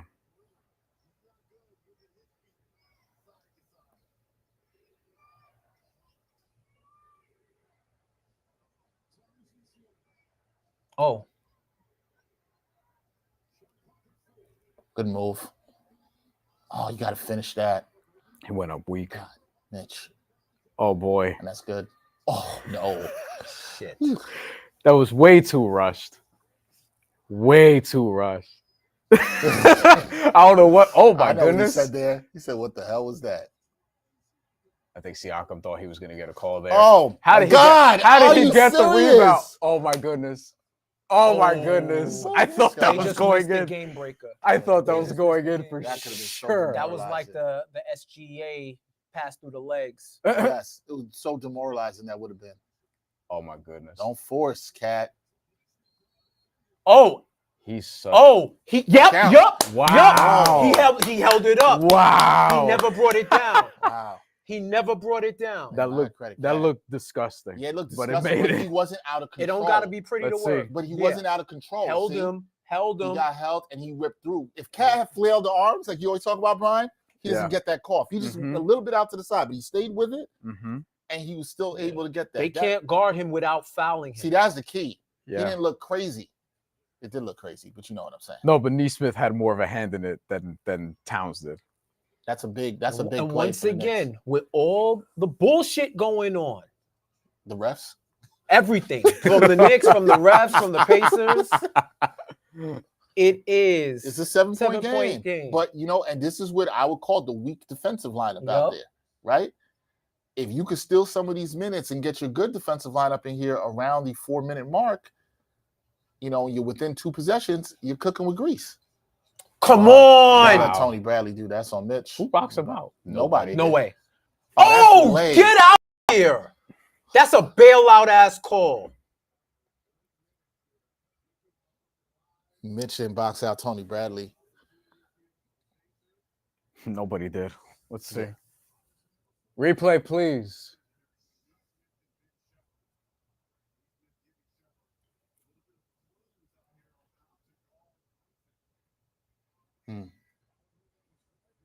Obviously a good free throw shooter.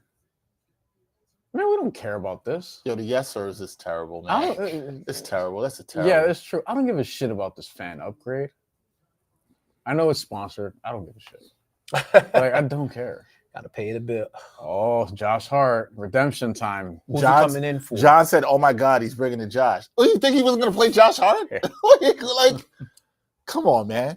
Like guys can also bounce back. Like he can have a. He's in for Mitch.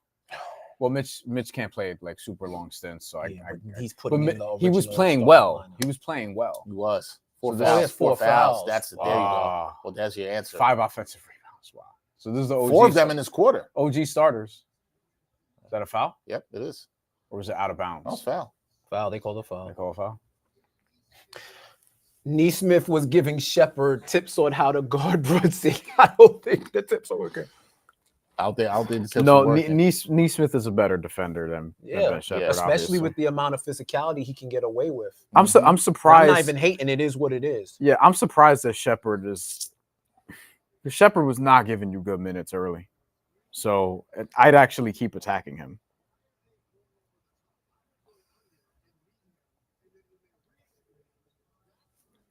Yo, the yes sirs is so corny, man.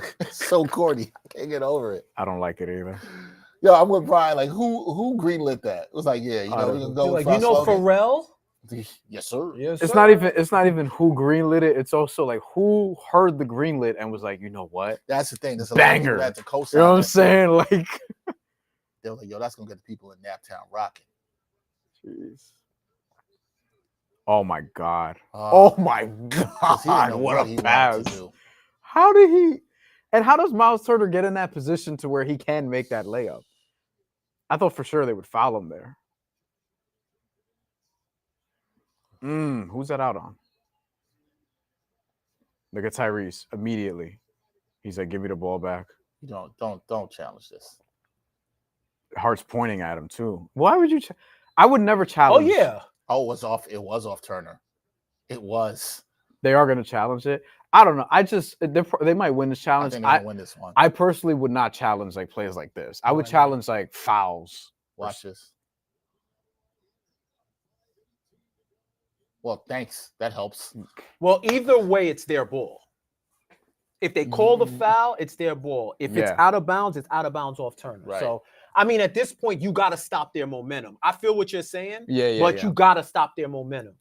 Like, they got to get stops. They got to bring in that defensive unit. Oh, I agree. I didn't know what you were going to say. That's why I was like, what are you going to say? I do agree. I think now's the time. I said, could you get it to the 4-minute mark? We're now. What's the defensive unit, to be clear, for people watching? DeLon Wright, Miles McBride, OG. Look at Neesmith. He threw him to the ground. Wait, let me see. Oh, he grabbed him and no call. Because it was so quick, I didn't even see how it happened. He did the Reggie Miller. He just ripped through. Yeah. It's crazy because like that happens in NBA games a lot more than I think people realize. Either you're gonna go with Cat on the floor as your big, or Mitch as your big, and you go DeLon Wright. They're not going back to Mitch yet, so it's gonna be Cat for a little while. DeLon Wright, McBride, OG. I wonder if he tries to buy like Shamit or Mikal. Like, do you play Cat the rest of the quarter and then bring in Mitch to start the fourth, or is he gonna have to bring in like Precious to save a couple minutes? The thing with Cat that you like is he's only at 20 minutes right now. Because of the foul trouble he had earlier. And he looked absolutely gassed before halftime. Because he played so much of the second quarter. Now, to give him credit, he played a lot of second quarter. He's not fouled since the first quarter. It's that, but it's also he's playing a very physical game. Mm-hmm. Like every possession, there's contact, whether he's initiating it, they're initiating it. Like he's playing a hockey match. Like, honestly. Brunson? No, Karl Anthony-Towns. Oh, yeah. Like every single possession. Yeah. Like he is locking up with somebody. So it's 20 minutes, but it's 20 physical minutes. I think the key here is, like you brought up, Jeff, is that they're going to win this challenge because it's either out or it's going to be a foul. Maybe. There was another challenge we thought they were going to win. Oh, God. I'd be shocked because it went off Turner. I'm like, they at least got getting the ball. The question now is, though, can they catch the foul? Because Brunson did get hit. Mm-hmm. On the arm. They're gonna say some bullshit like he hit the ball first or something like that, like that OG play in game 1. They're gonna say he hit the ball first, despite having an offhand full of that. I'm gonna watch Peacemaker when it comes back. Yeah, that I'm gonna watch. John Cena's excellent in Peacemaker. Oh, you were trying to tell me to watch that before. Yeah, cool. Season 1's good. Good? It's not really my bag because like superhero shit, like I'm not like a diehard when it comes to DC stuff is just really not my bag outside like it's my brother's bag though. He was like, yo, watch it. All right, I'm have to watch. This is season 2. Funny. Yeah, this is season 1 already happened, so check that out. I'll check that out. So the Knicks are down 8, despite everything. I said despite everything, the Knicks are only down 8, and I feel like they have an opportunity. Successful challenge. Yeah, no Oh, you got the foul. What'd I say? So Haliburton has 2. Oh, it's not a big deal. No. Oh, and it's going to be shooting. It's going to be an active shooting, right? Because he's going up. Neesmith and Turner have 3 each. That's probably also why Turner sat early because he has 3. Turner was back in there. Oh, you're right. You said about early. Yeah. So Tibbs has a challenge to go, or keeps his challenge rather. Yeah, and Carlisle does not have a challenge. Mm-hmm. So Brunson's at the line now. That was a good. I didn't love it because I thought it's just off the knee, but they got the foul. They're gonna get points out of this. Like, look. Yeah, like I said, they had to stop the momentum some way. Deuce is in the game. Yep, which we took call. Dante Drake says the Knicks need to play better defense, in my opinion. I think you're going to get some more of the defensive guys in here. Me, I'm bringing in Deuce. This is John. But let's bring in Hart, who's out of control for Mitch. I mean, Hart hasn't been fine in this half. I know he's only played like 3 minutes. Like, could we let Hart redeem himself? It's like this. I don't think he's unplayable. He needs to redeem himself. The fact that we have to waste a challenge on that is ridiculous. Like, Sylvan D. Zebra is really trying to rig an OKC Indy Finals. Hey, man. I mean, listen, Tibbs won a challenge. Hallelujah. And they're going to get a positive possession out of it. I think most fan signs are bad. They're not generally so good who's the anymore. big cat now? They only get one out of it. They showed it and he missed, so he's going to keep putting that sign up. That's terrible. Don't give that man any confidence. Good extra pass. Oh, they're missing a lot of open threes. Yup. They are. They're gotta capitalize. They're leaving the door open for the Knicks. Miss Josh Hart rolling. Good Got ball. him. I was scared of that because I'm like, Brunson don't miss those. Knicks are right where they were at half, right? Down 5, despite everything, as Jeff has said. Despite everything. This is what you don't want. Yeah. He's gonna feast on that when he sees Cat. And Cat's in a position where it's like, see, this is what concerns me with Tibbs, right? Is he gonna run and try and one? Yes. What? That's on the ground? How? That's crazy that Cat got the Cat other one. Got the one that I thought was crazy that he wouldn't get, and Brunson doesn't get this. Here's my thing. I'm a little concerned about with Tibbs, right, guys? It's that Tibbs Knicks is in the bonus with 4:30 left. Sorry. Which no, you're good. Now, I'm glad you brought up that point. Because they're in the bonus, this might make you want to stay with Jalen more because he's got the ability to get to the line. But will it wear him down? But does it wear him down, and are you playing way too many minutes? Are you playing around with this lineup too much? Too many minutes with him and Cat on the floor. That's my concern. That's because a good concern. You're going to need him to come on home, and he's probably going to start. He's probably. You know what? I said this in the postgame in Game 3 at Knicks Film School. I was wondering whether they want to use him like Mariano Rivera. So start him in the fourth. Sit him in the fourth. Let your defense carry you. Let Cat carry the offense. And then when it's closing time, close him in. I heard you say that, and I like that. You know what I mean? He can be that guy, and he'd be fresh. You saw him. He came in the last game and was fresh and hit 2 big shots. For sure. Now, can the Knicks have that defensive intensity? They're defending better these last few possessions. I'll tell you that. Good job by Josh Hart there. Oh, good fake. Good block. Oh, wow. Did you get a piece of that? That fake was tough. Damn. Not much Cat could do with that one. Yeah, that was just a good move. Oh, my Lord. Yeah, I thought they were going to get that. Yeah. See, and this is why Jalen's going to stay in the game. Because the thing this does, and that's 3 on Haliburton, it slows the Pacers down too, right? And when you bring in that defensive lineup, that could be good. Yeah, I think Cat did get a piece of that, man. On his way up, but that was a good move. I don't know about that. Yeah, you beating him up. Why are you complaining? He caught him right here. They're forcing you to play defense, Hallie. That's what happens sometimes. You reach. Hallie shouldn't be nowhere near Brunson if they're in the bonus either. Yo, players are hilarious because they do certain stuff to try to throw off free throw shooters. Yeah. Like Neesmith clapped before he shot. I used to do all this stuff when I hooped. I used to do that. Yeah. Or put your hands up. Yeah. You know what I'm saying? Just randomly throw your hands up. I'm like, yo, that is nasty. Nasty work. Yeah. I seen Rondo do some stuff when he was playing. Okay. Knicks down 5 again. Still 5. This is where I thought they might make some more changes at the 4-minute mark. All right. We don't want to see TJ McConnell cook anybody. Play up. What are we doing? Thank you. Sag off of him.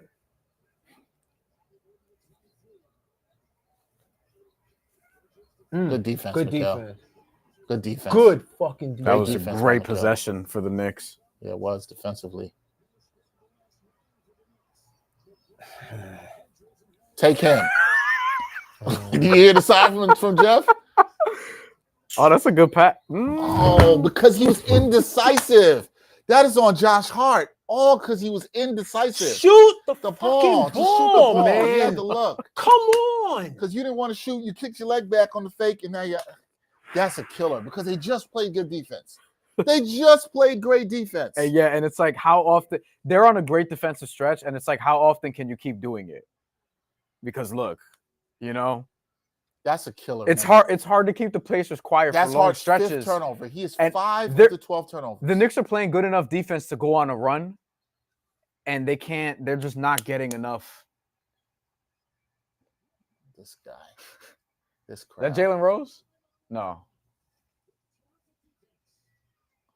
All right, Josh got to sit, man. Yeah, I can't defend it no more. I said he might. Sit. I thought it's crazy. I thought he played okay most of the quarter until that play. That's a killer. He has 5 of the 12 turnovers. That's almost half.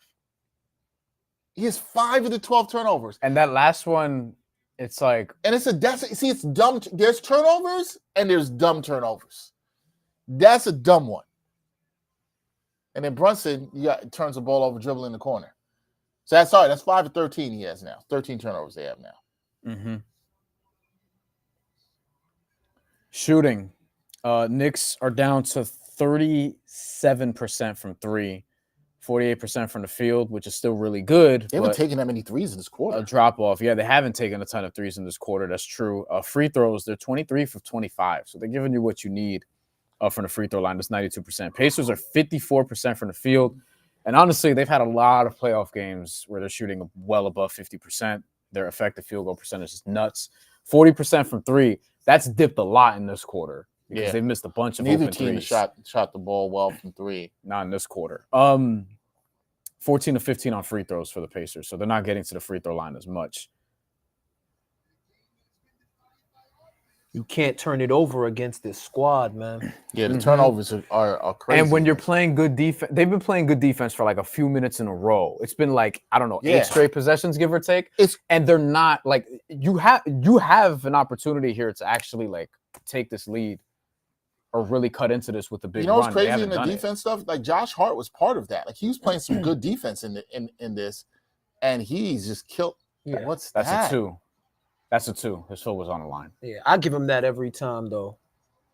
He can't hit those long ones often, but that's just another point off turnover. Like he shoots a decent 3-point percentage with some really low volume. He's not going to take a lot of them.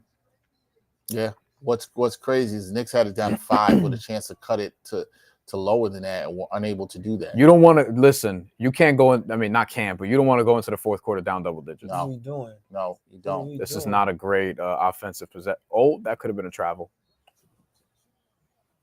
That could have been. Ooh, got bailed out. He got bailed out, and you know he what? had that running start. That was after the 24-second, I think, but they can't challenge it. I think it was too. Yeah, that's a 2. It looked like a 2. Stan Van Gundy's funny, man. And once again, who was on defense? They're looking at it. Oh man. Let me see. I don't think. Oh, you mean this play? Okay. Yeah. Oh no! It's bang bang. Bang bang. It's bang bang. Right there. Could they switch? But would they switch off the foul? Like would they call that the a foul is before the shot? Yeah, the foul's before. No, but I'm saying like, what if they see? Oh, the offhand first. The offhand too. Yeah.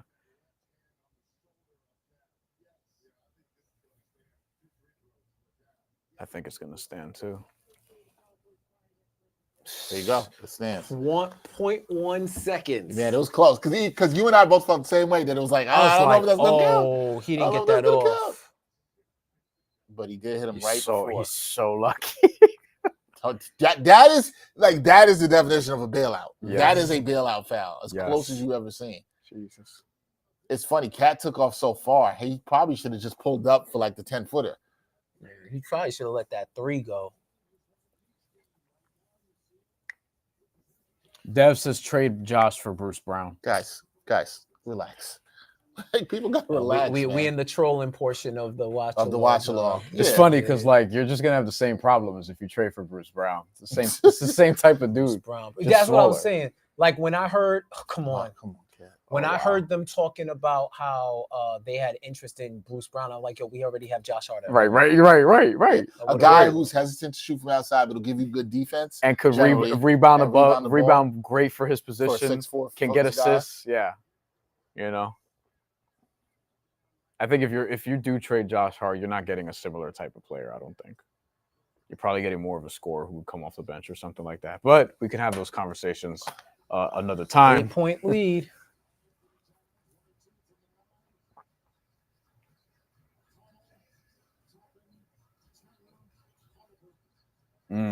It's good offense.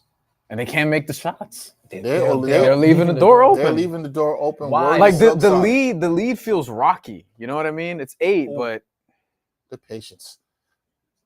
Come on! Come on, Put that man! man in the spin cycle. Let's go! That was tough. And Cat was under control there. That was one of his better drives. Good defense by Brunson. Good defense. Wow. What a front by a 6'1" guy. This is the mistake the Pacers run, not making all those shots. Be careful. Yeah, good pass. Oh! Why? Oh! Why? That is brutal. All you do is take the shot, bro. That is brutal. Oh, Deuce, all you do is take the shot. They can't make threes. Oh, on the ground. That would have been a killer, but that's still not great. Yo, the Knicks had a chance to get it to. How many turnovers is this? 13 now? 15, I believe. 14 turnovers. 14 turnovers and just 3 quarters. And it's uncharacteristic of the Knicks, who are one of the better teams at taking care of the ball. Yeah, the Pacers aren't necessarily. They're not exactly. God, and just not being able to get that. It's these little. See, guys, this is what we talk about. It's the little things. And 1. That's too easy. Like how does he get that open? Coming off the curl on the inbound play, Brian, I blame you. Why? You said Ben Mathurin hadn't played well in the series, and he's had his best game of the series now. It's your fault. I mean, he's still a big minus, or at least was until this quarter. I don't know what it is now. Yeah, see. Shit, he was getting 6 man of the year best before Tibbs the is season. leaning a little too much on the Brunson Cat minutes, man. I told y'all my concern about that 3-4 minutes ago, and I'm a little concerned now because he's gonna ride his guys. He's not gonna go away from him in the fourth. He's not gonna go away from him in the fourth, and it's like, man, you could have. That's a good job by Brunson selling that when you're in the bonus. That's a sell. Yeah. I don't even think that's a good. Ben Mathurin wants to talk this one out. I mean, yeah. Lance Stevenson. Is that Lance Stevenson? Yeah. Shout out to Is that Russ? Am I bugging? I didn't see that. I saw Lance Stevenson sideline, definitely though. I saw Lance Stevenson 100%. Yeah. We're in Tim's in May. Such a New Yorker. That's right.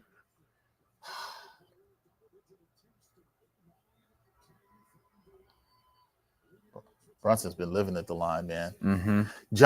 John has said, here's Mitch. Tibbs refuses to bring in the defensive lineup. I agree. I haven't liked that. I thought you should have gone to it at some point in this quarter. Here's Mitch now. I wonder if the Pacers foul him because there's a minute left. No, you can't do it under 2 minutes. That's right. What are they chanting? Flopper. At I mean, that didn't work well for Detroit last time when their fans did that. I wouldn't do that.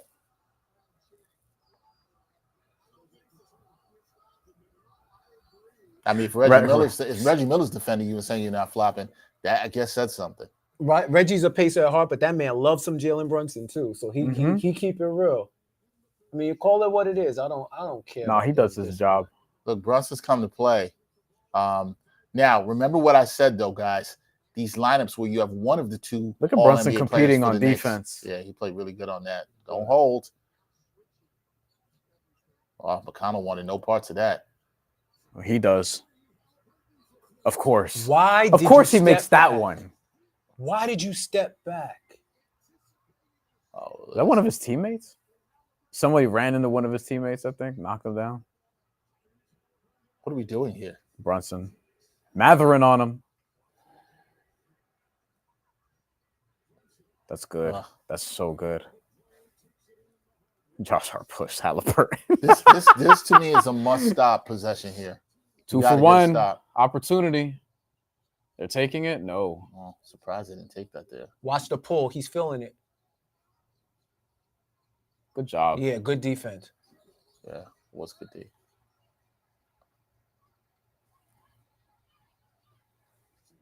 I don't know if there was a little post-foul activity there between Mathurin and Jalen Brunson. Uh-huh. Looked like a little something. Look, Mathurin's going to talk. Okay.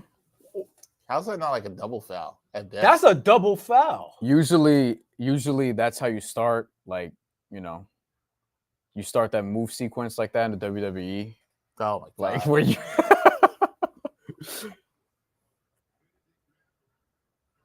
someone's supposed to get up, run the ropes, drop down, leapfrog, you know.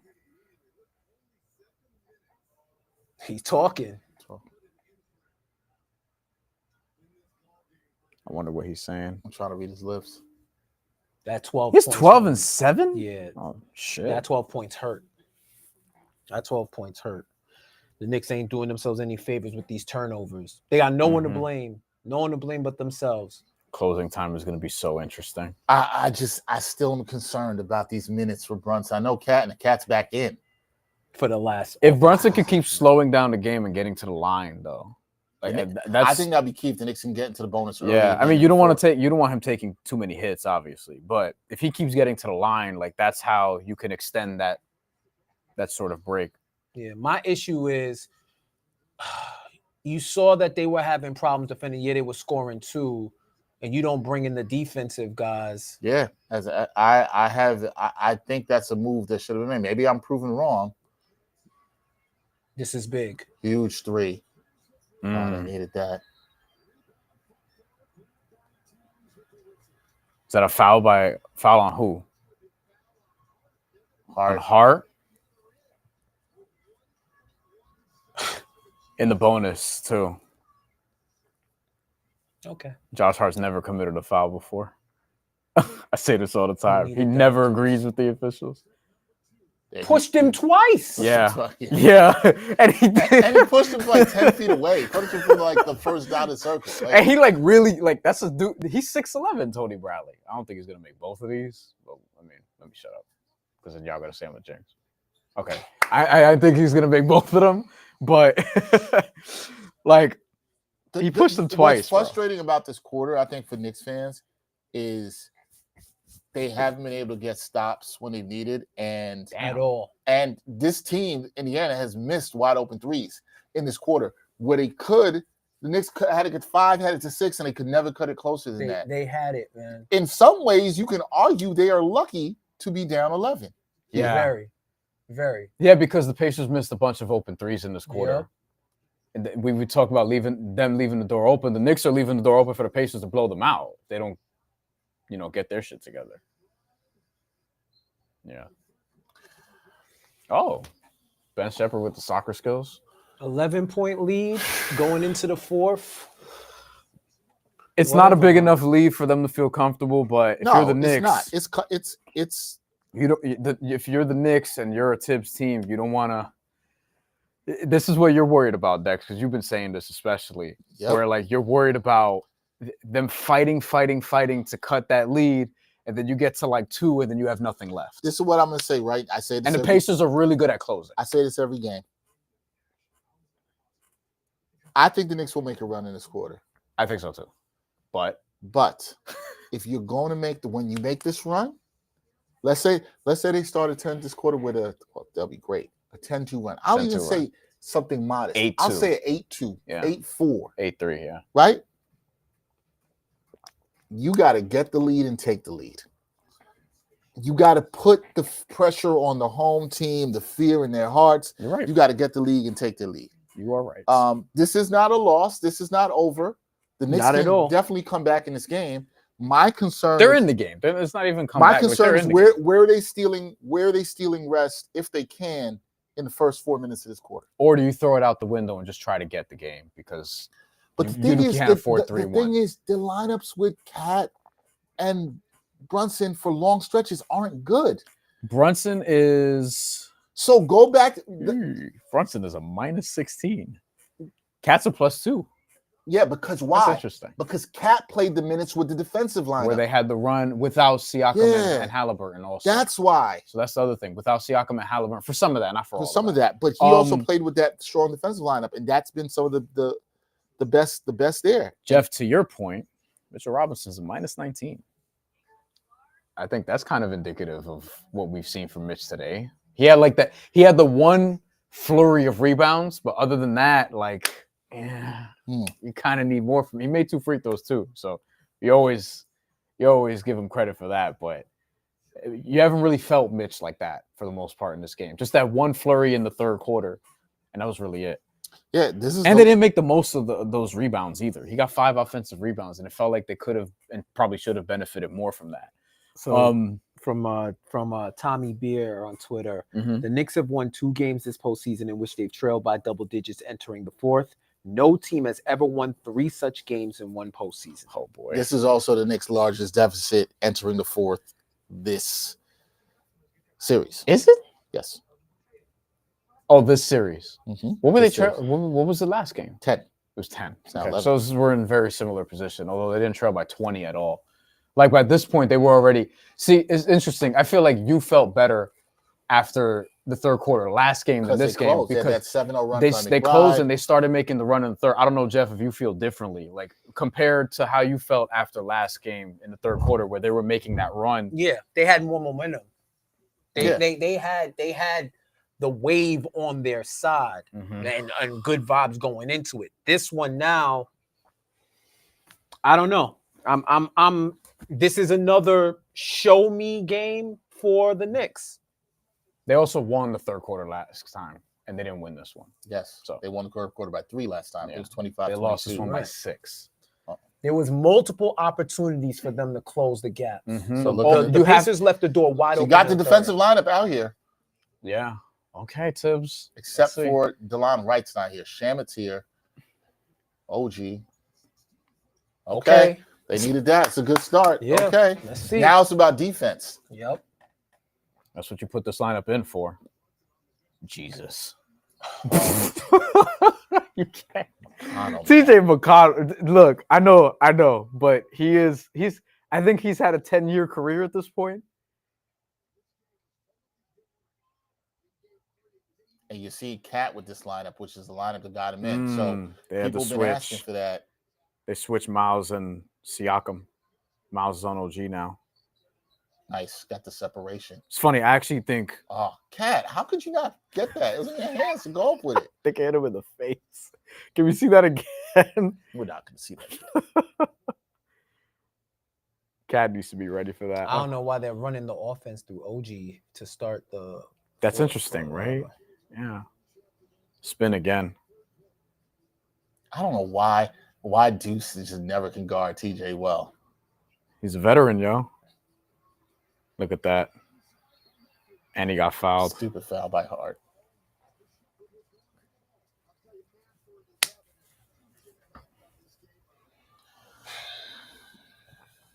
Bro, this mustache is killing me. I know I bring it up every game with Ben Shepherd, but it's just killing me.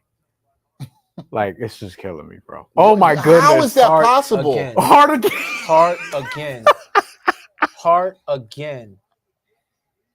Yo, I can't believe how bad he's been. I've never seen him this bad. Yeah. Ever.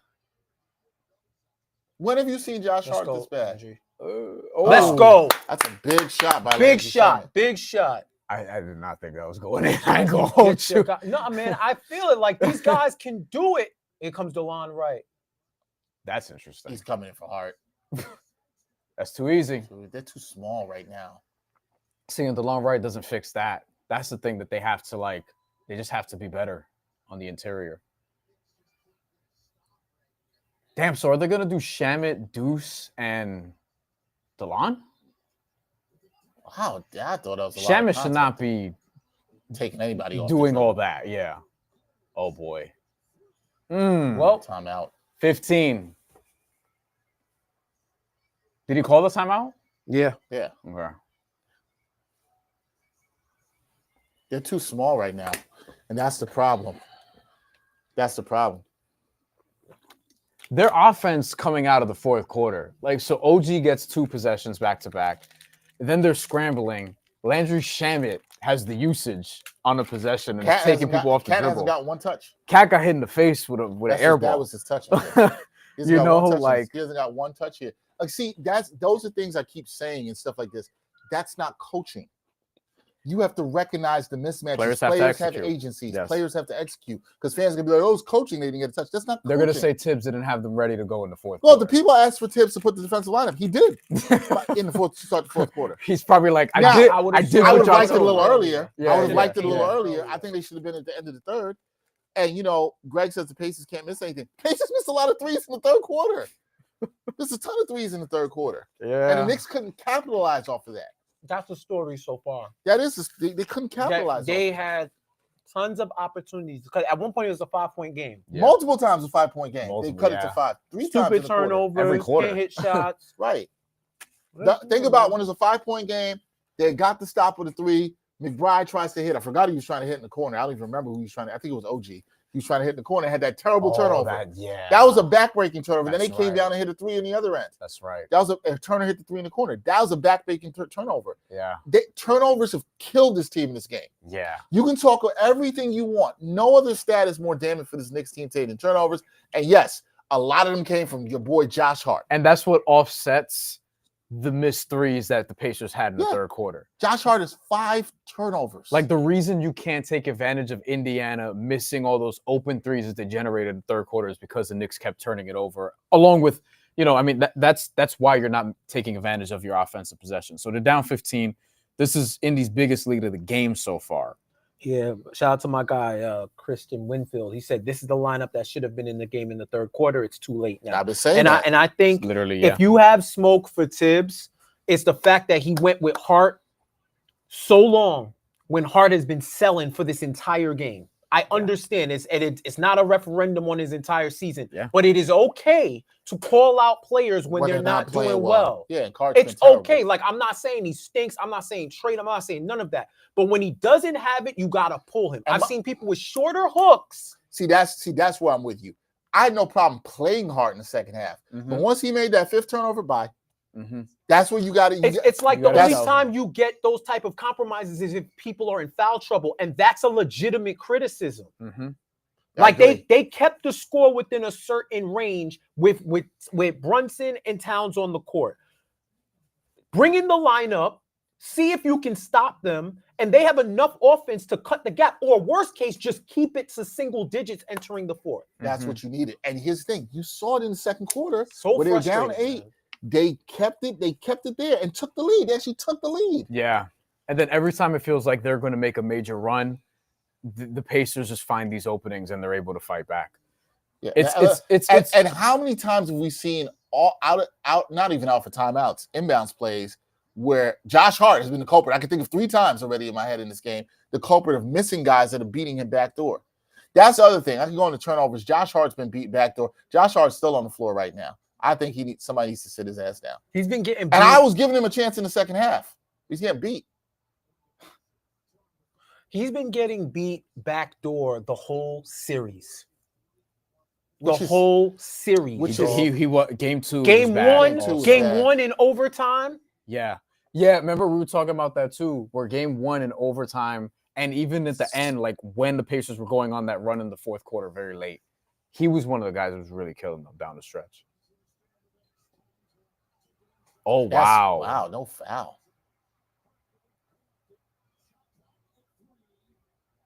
Oh. Not a good shot. Oh my God! Of course, hit that. Of course. This is why you can't fully commit, man. They do nonsense, and then they're gonna try to make some unbelievable run. Just all to it's a roller coaster. It's a roller coaster, bro. And it's like, it is a roller coaster. OG Anunoby hits the worst shot these days. There we go. I was gonna say, why is OG on TJ McConnell? Like, there's a mismatch there that Indy could find, but it ended up working out for them. No, that was DeLon Wright. Oh, he shot it off the side of the backboard. My bad. The 0 looked like an 8. Yeah. That's crazy. That's a tough shot. That's crazy. That was the biggest. 1 for 6. That's the first 3 he made today. Man, he was 0 for 5 before that. He's played well other than his shooting from downtown. Yeah. They needed that from him. Defensively, he's been fine. Oh, my God. You can't get that to It's Josh Hart time. Oh. What? Wait, what? 3 in the key? Is that what they called? They call an offensive foul? Let's see. Oh. His hands are just up. Come on, y'all. That's a bad call. That's a bad call. Come on, y'all. They haven't called it all game. Like, that's been happening. That's a terrible call. And this is what I'm talking about. It's a no call to me. You don't call. There was nothing. I don't even think Turner fouled him. Not like I'm saying Turner fouled him there. I think that's 2 guys. I think that's 2 guys fighting for position. I agree with you. What does he have now? Let me check. think 3. He hadn't had a foul since the first quarter. Yeah, this is 3rd. Okay. Cat's not in foul trouble. That's Good a ball good extra movement. pass. Oh, needed that. And 1. How's that not a foul? That wasn't a foul? Oh my God, the Knicks got jerked on back-to-back possessions. I need replays, and they get it back. Okay. Yo, what is going on, man? What the hell is going on right now? This is a lot. No, that's a lot. It's a lot to process. And I gotta give credit. This lineup out here, look at the effort they've been giving on defense. That's a steal. Okay, that's clean. Yeah. And okay. So that's out on OG. No, they before called that, a loose ball foul. They called a loose ball foul because they collided. Huh. They were both going for the ball. He just slept. A foul? Is it because he sat on him? Who sat on him though? Hart fell on top of him. No, show that again, please. So he tripped. He got tripped. That's a foul. That's not a foul. He got tripped by Mathurin. How's that a foul? He atomic leg dropped. Man, I hope Mathurin's head is okay. I hope he's all right, but that's incidental. Me too. What is he supposed to do there? Well, before that, I think it's because it looked like he pushed him down, but he did. He just tripped on his own feet. I saw that live. I saw that live. Yeah. I can't believe Haliburton. He Hulk Hogan leg dropped. I can't believe the non-call. What did they? All right. What was that? They called a foul on Cap. All right, they want game 5. I mean, we're getting a game. I know what you mean. They want the Pacers up 3-1. Let's see. They've been doing that the whole series. Wow. They grabbed hands and Miles Turner's like flail. And he got the call. Now Towns is 4, Hart has 4, Mitch has 4. Towns and Mitch having 4 is dangerous, and Landry Shamet comes out. That's interesting. And DeLon Wright comes out. He's out of control. Yo. What the fuck is this? This is some bad officiating. You got Really? Really? They're probably calling the offhand, but I don't see that. I can't fault because I don't know what else you're calling. This is a stretch where I don't know what else you're calling if not the offhand. The Knicks' defensive effort has been, and even the offhand it felt like Ben Mathurin was just out of control more than he got like actual like a lot of contact. Let's see what the chat is saying. Greg says the refs are from Indy. I doubt that, but I know what you mean. John says in all caps, every time the bench brought the team back, Tibbs benched them and put the starters back in. How many excuses are you going to give Tibbs? How many more seasons do we have to watch the same sorry ass? I don't know what that last word is.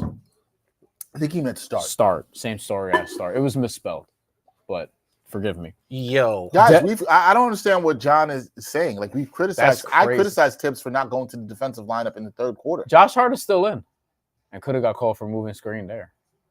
So the OG starting 5 is in, no Mitch. Yeah, and now now they're gonna shoot themselves in the foot. That was great play by Mikal. Interesting pass. Sloppy fourth, yeah. You knew Mitch wasn't gonna. I mean, Mikal wasn't gonna shoot that. You know, Van Gundy called it a sloppy fourth. That's a terrible shot. Yeah. That is a terrible shot. They're letting y'all back in this shit. He called it a sloppy fourth. Dev says none of us should watch the finals if the Knicks don't win. Tank the viewership. Why? Look, I'm watching the finals. I cover the league, brother. I'm Me watching. too. Yeah. Sorry. We're watching it from I would love to watch it with the Knicks. Oh, good pass. Okay, they got that one. Yo, that foul sequence just blew my whole shit. It was like I'm like at this point, I'm on the game. It was the 3 fouls in a row. It was 4, and then the non-call on the other end. Yeah, when Cat went up, there was no call. I couldn't believe that. Forgot about that one. Yeah, it's because it was so long. I want some on that side of the ball. I got after the game, probably tomorrow. I'm gonna try to get like in rewatching it. I'm gonna try to look at all those fouls again, just to see like, all right, what were they seeing? I try to see like, all right, what maybe the ref saw this, maybe the ref saw this, because it's so quick and it's bang bang, and doing that job is hard. But at least 3 of those were like very iffy, at least, and there were probably 4 or 5. Somebody, Coco Knicks fan 23 says the ref's just an extension of the Pacers team. Look, I am not somebody to get on officiating.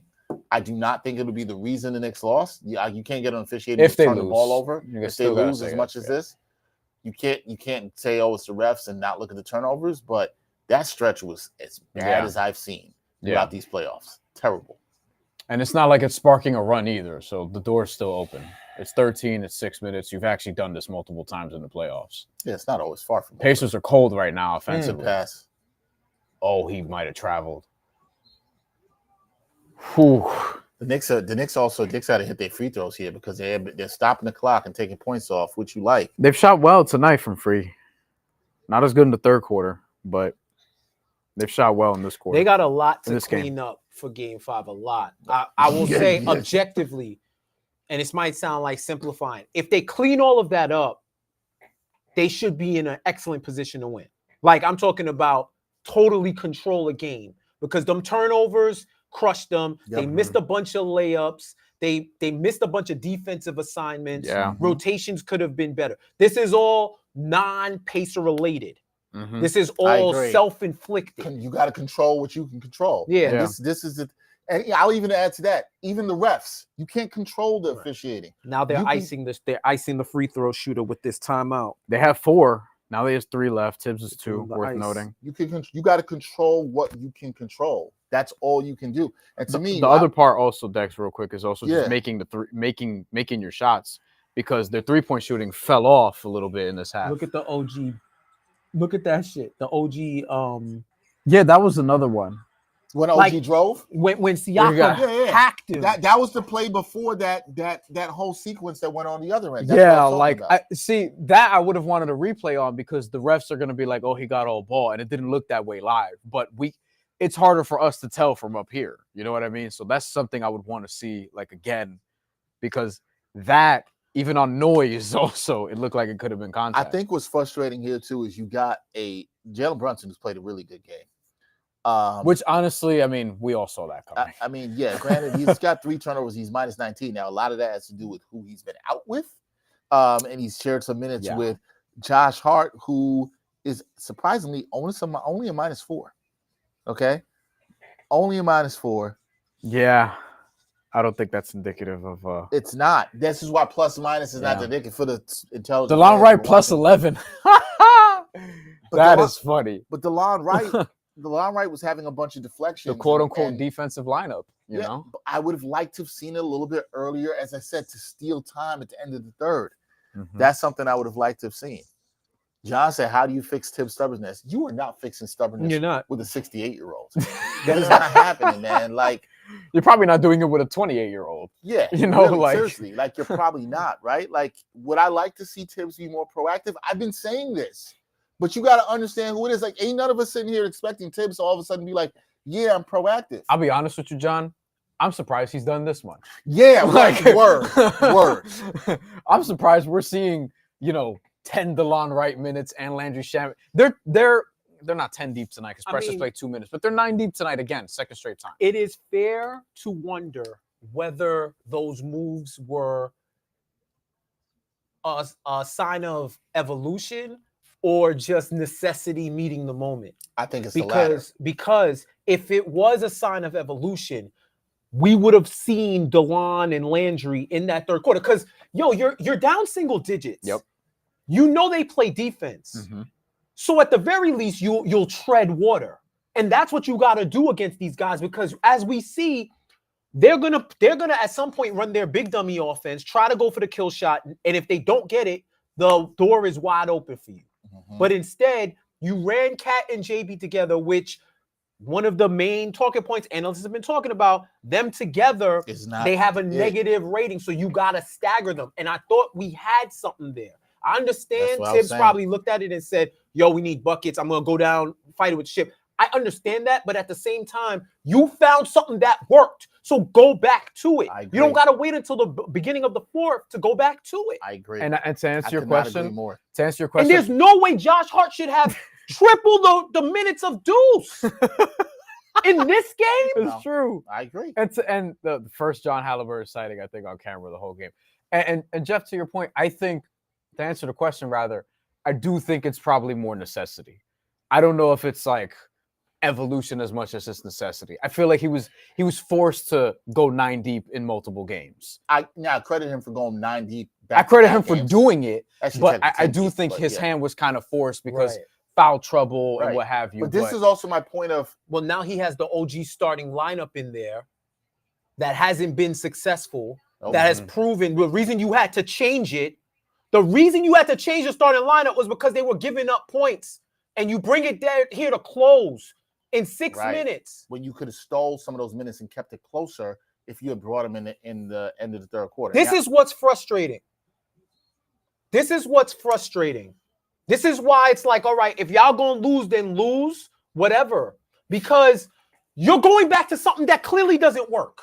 What are we doing here? Right. And I'm wondering to close the game. Also to add that. The final 6 minutes, you're going down with the ship that's already sunk. And what do you think? And what do you think is the rationale, if there is one? Is it just stubbornness for him not playing Mitchell Robinson? These guys got me here. These guys won 51 games. And Tibbs comes from that. If we're going to lose this game, and I got a game in hand, even if I didn't have a game in hand, if I'm gonna lose this game, I'm gonna lose with my best five. What I feel like is my best five. A lot of old school coaches do this. He missed both. Like a lot of old school coaches do this. Tibbs, like, Doc Rivers, Spoelstra, even like they're a lot of times going down with their guys. But I've talked about this. That would have been a backbreaker. It's still big dummy offense, please. What are y'all? I don't know why OG's doing that, but all right. I'm at some point you got to trust the data. At some point, I don't know if Tibbs is trying to hear that. Because he looks at the data. I want to let people know that. It's not that he does not look at the data. It's not like he doesn't have the data. But he's not going to make all his decisions based on. I'm not asking him to make all decisions based on it. At some point, you have to use the information, look at the situation, and then make those decisions. And listen, the Pacers have 1 field goal in like the last 4 minutes. Yeah. And the Knicks are down 10. The Pacers they're leaving it out there for them. The Pacers are not even playing an amazing game or anything. No. Are they playing better? Sure, but not that great. I said it. Look, Haliburton selling. Yeah. They're not moving the ball as crisp as they was at the start of the still quarter. Have a chance here. Oh boy. That's not out flagrant. They might review that for a flagrant. Is it not? Wind up. Wind up. The fall looks worse than what it did. Right, but it's like. But I feel like they should get. They owe him for all the calls they didn't give him before. Given that they review everything, I'm surprised they didn't. It's because it's not even like gotta hit these. It wasn't a windup as much as it was like the pull. You know what I mean? No, that's why I know. It wasn't. No, but that's why I thought they were going to review it for a flagrant anyway. Right.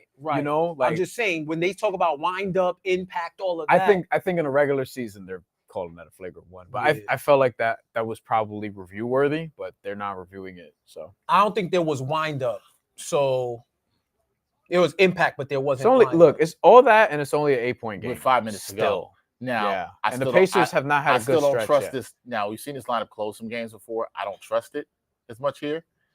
Come on. Why was he playing taps? He's doing the taps. That's the tap straw, for real. No way.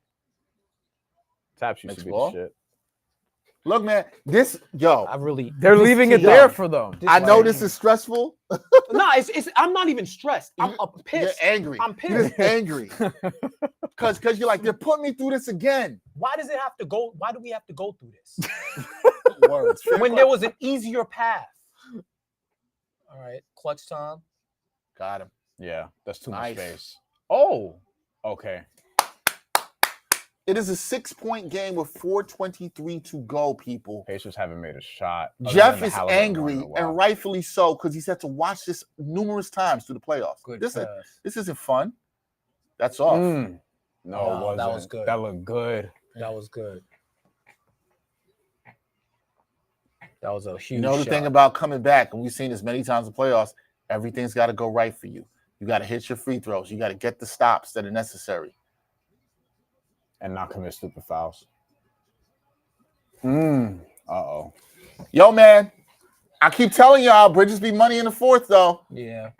There's something with that dude. First 3 quarters. We do. That's too easy. Yeah, he was a money on He defense. wasn't money. Yeah, I was going to say. Not money on defense there. Not He money wasn't on money defense. there. That's 5 points you gave up. He's 32, 9, and 14. Jesus Christ. Take him.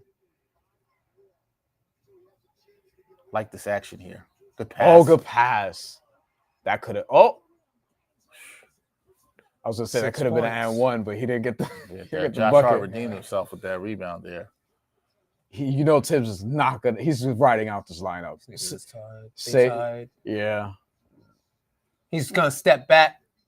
Timeout. Carlisle timeout. Mm-hmm. Huh. Interesting. Because they're isolating too much, probably. Yeah. Even He's surprised. Haliburton He's like, fell. yo, I had Towns. I had the mismatch. But he's probably like, yo, That was a good block. Carlisle's going to be like, yo, enough with the step back threes. Move the ball. You know? How He's we going to try to feeling- get how them we moving. feeling, Knicks fans? I know some of you guys said it was a loss. They're right here. Pacers are down to 39% from three. We've been tracking this. They were way, way above that earlier. Way. In fact, they're 12 of 31. They were 6 of 9 earlier. Oof.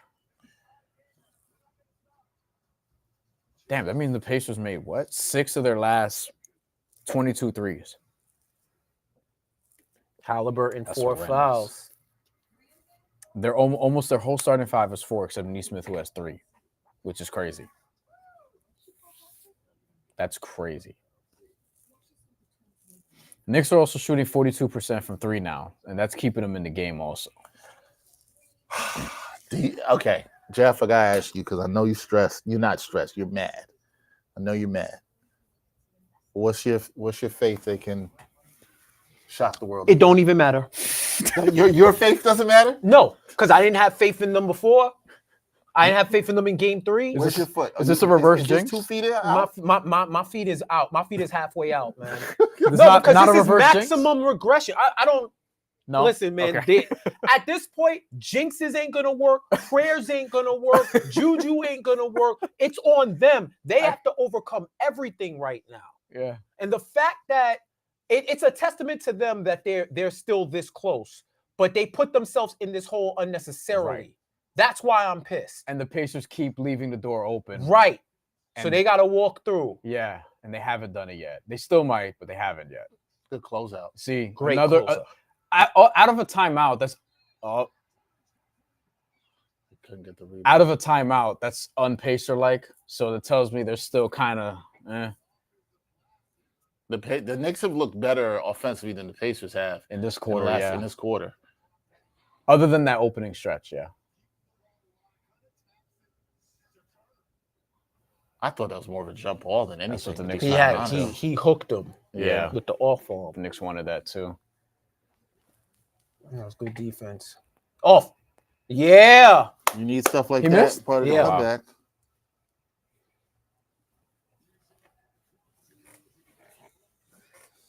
Oh my goodness, these two can't play a normal game. No, the Knicks are incapable of playing a normal NBA The basketball. Pacers too. And this is what I'm talking Ridiculous. about. Despite everything we've said, the Pacers leave the door open. Off again. No. Okay. So Look, it's a 3 possession. If they make a 2 or 3 year, oh my goodness.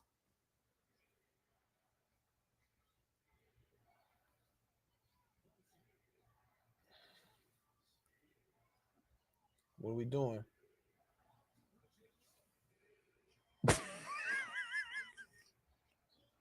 Not a foul? Charge. Nesmith got there. I thought they were going to give it to him too. George Hill.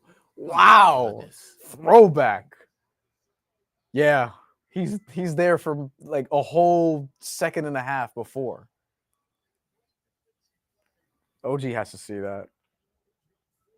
Stupid offense. Like, why are you overloading the side with Cat one-on-one with Miles Turner? Just let him do that. Again, isolation.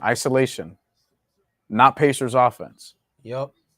Oh my God, And he then got he got pushed. Yeah, Cat did get pushed. No call. Cat and Neesmith are both down. Because Cat got pushed into him. Oh, wow. And he looks like he's in like pain. Let's see.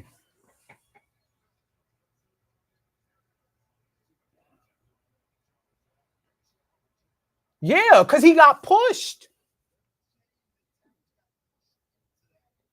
I mean, I saw that. Towns is covering his knee, so they're gonna challenge. It looks like.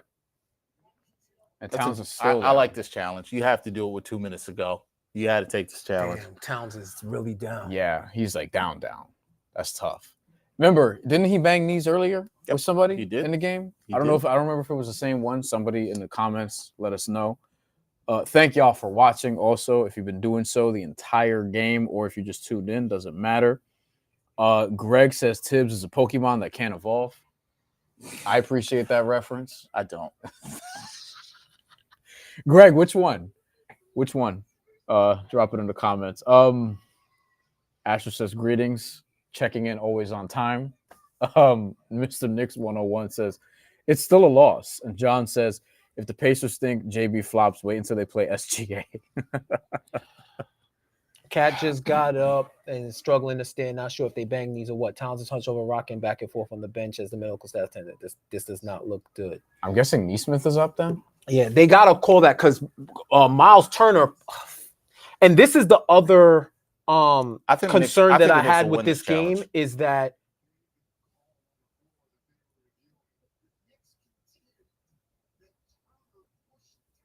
he did.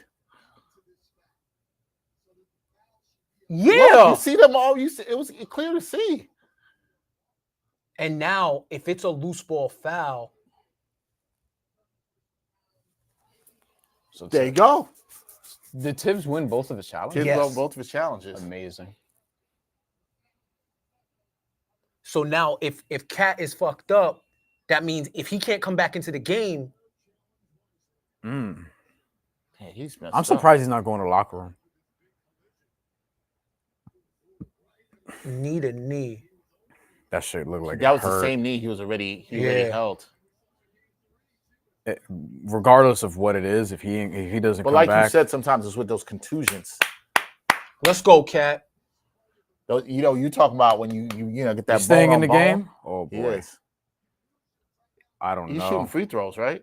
Well, here's why he has to stay in the game, because if he doesn't, they lose the timeout. Yeah. Well, no, if he doesn't shoot the free throws, he can't. Wait, he's not getting free throws. Aren't they in the bonus? They might be now. I don't know if they were before. Put him in the bonus. God, no, it did. You're right. It put him in the bonus. Yeah. So if he's out there limp, if that's a contusion, that's tough to move on. Very tough. He'll know tonight or tomorrow morning. Didn't love that shot. Knicks ball. Fading away early in the shot clock. Yeah. Deep into the corner. Usually when Mokel gets that and he's straight up, he's good in rhythm. He wasn't. He's almost never straight up. Triple H. Good point. Same face from the start of the game to the end of the game. Oh, my goodness. Oh, good. I don't think Mikal Bridges' hero shots are going to get it done, guys. They're not. Good play block by OG, getting back in there. Look at Towns. Yeah, but that's why they went right at Towns. Towns couldn't move. Look at them behind. See, and this is where it gets shaky because now dudes are starting to get hurt. Mm-hmm. Long every other day series. Oh. Yep. Now that one he just landed on OG's leg. I'm really watching Towns to see how he can move. Oh wow. Hart's mad, and I think he's got a legit point. He was getting held. He low-key got beat again on that play. Did he foul foul out? Yeah, he did. I mean, mercifully, it's over. Mercifully, it's over. I was gonna say that probably worked to their advantage. Oh, he snuffed them.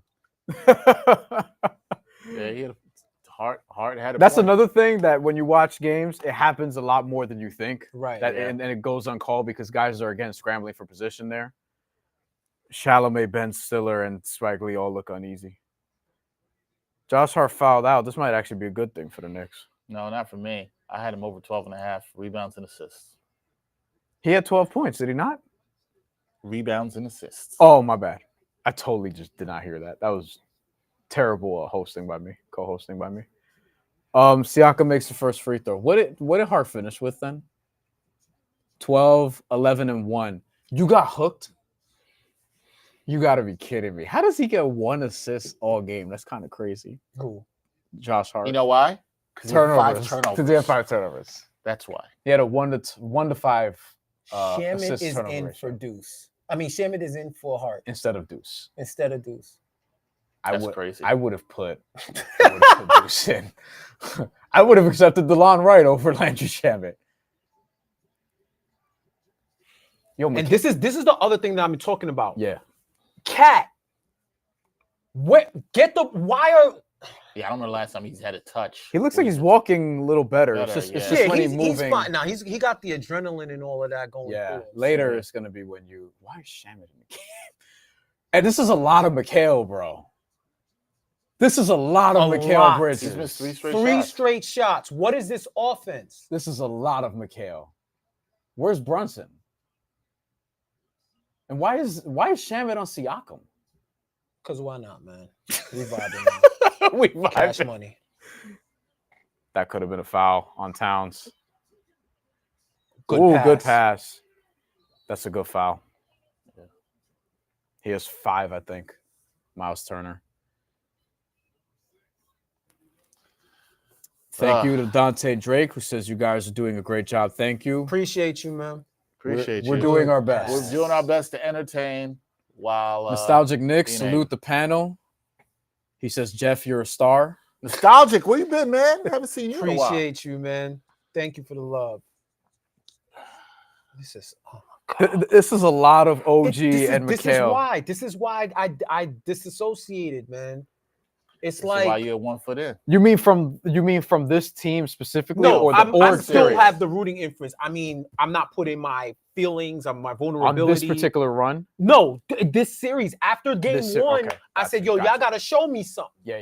Y'all gotta show me something." After because game one, and my concerns from game 2 reared their ugly head again. Yeah. That despite what we know, the coach is gonna go with stuff that don't work, or won't go to the stuff that work in time.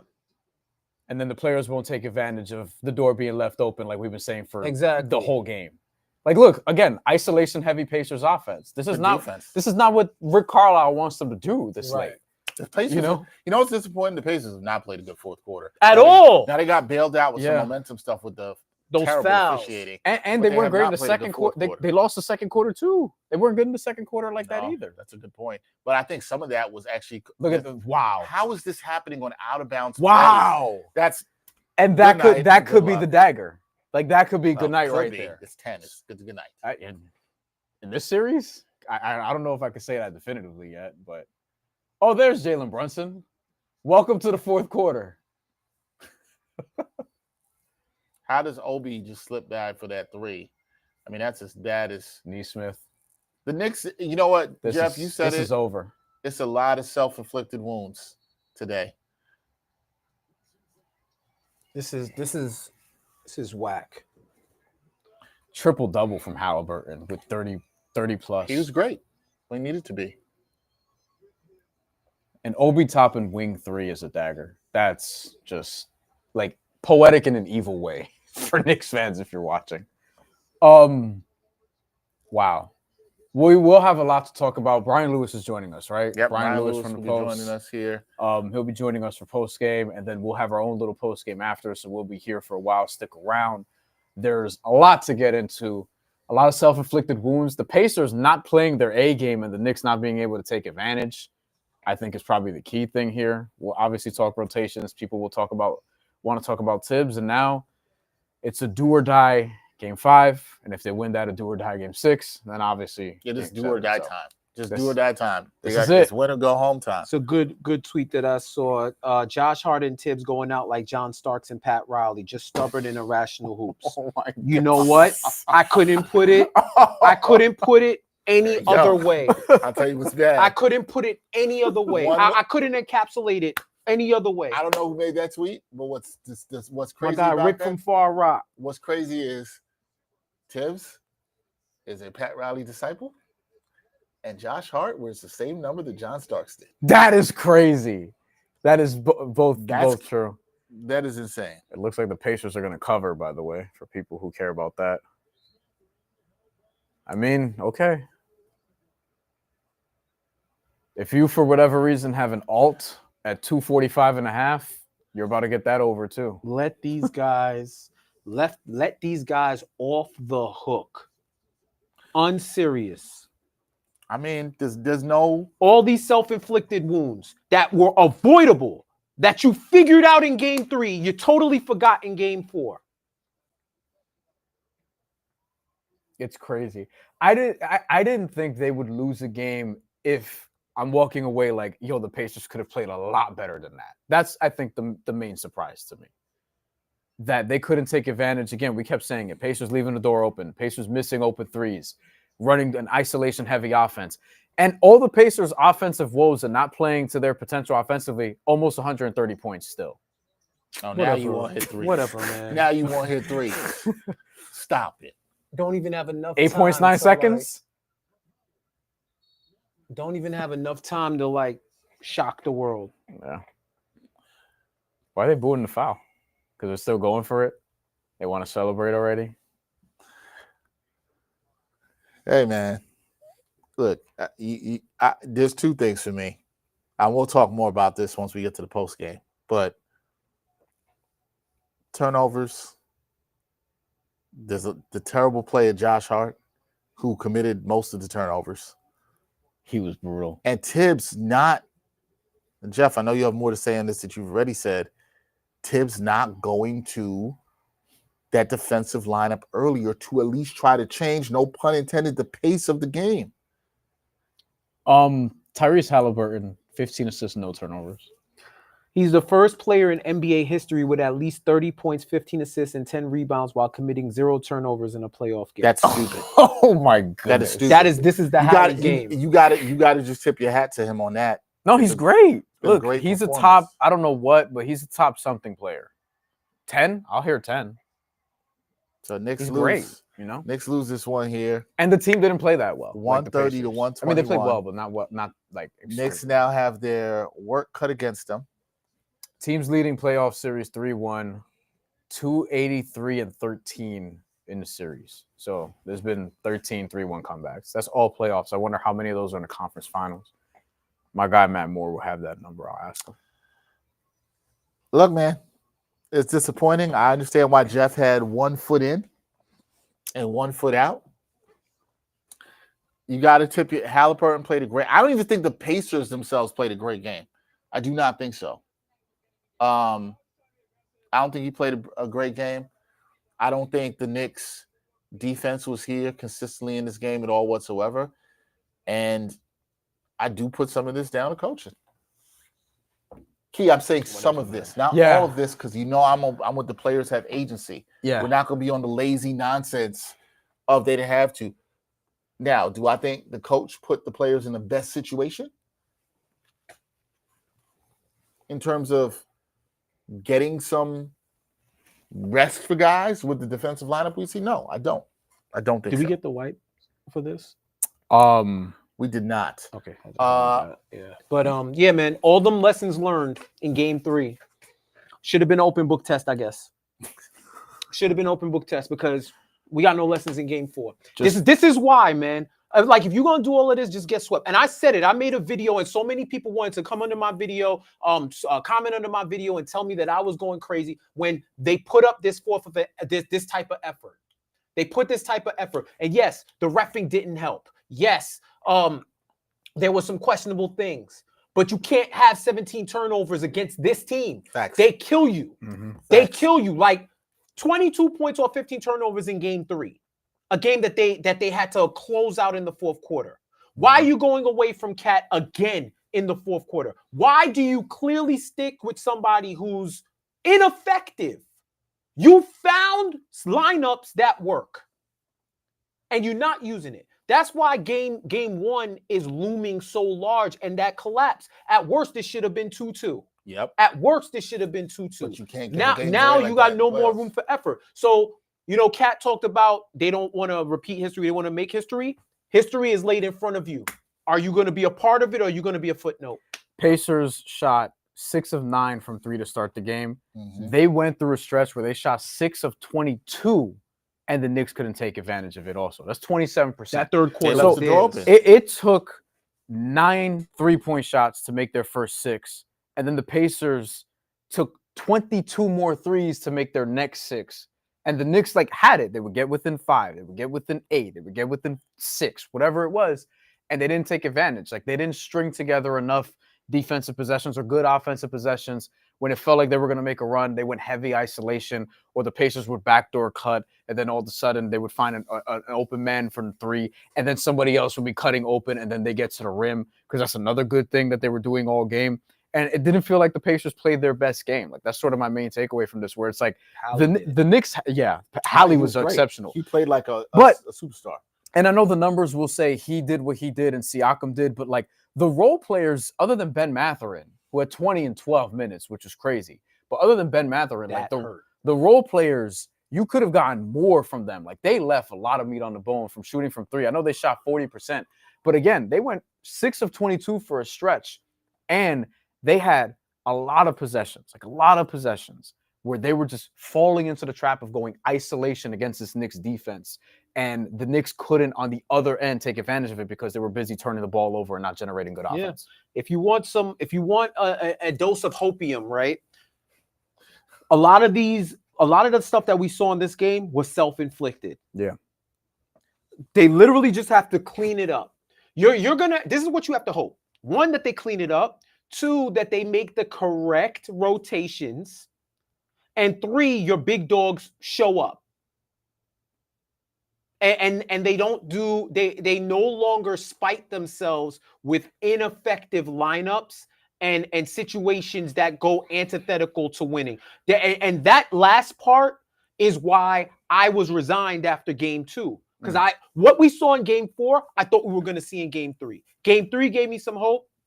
Because they did it with a bad Brunson game. They exactly. won with a bad Brunson game. Exactly. And they found the adjustments. Now,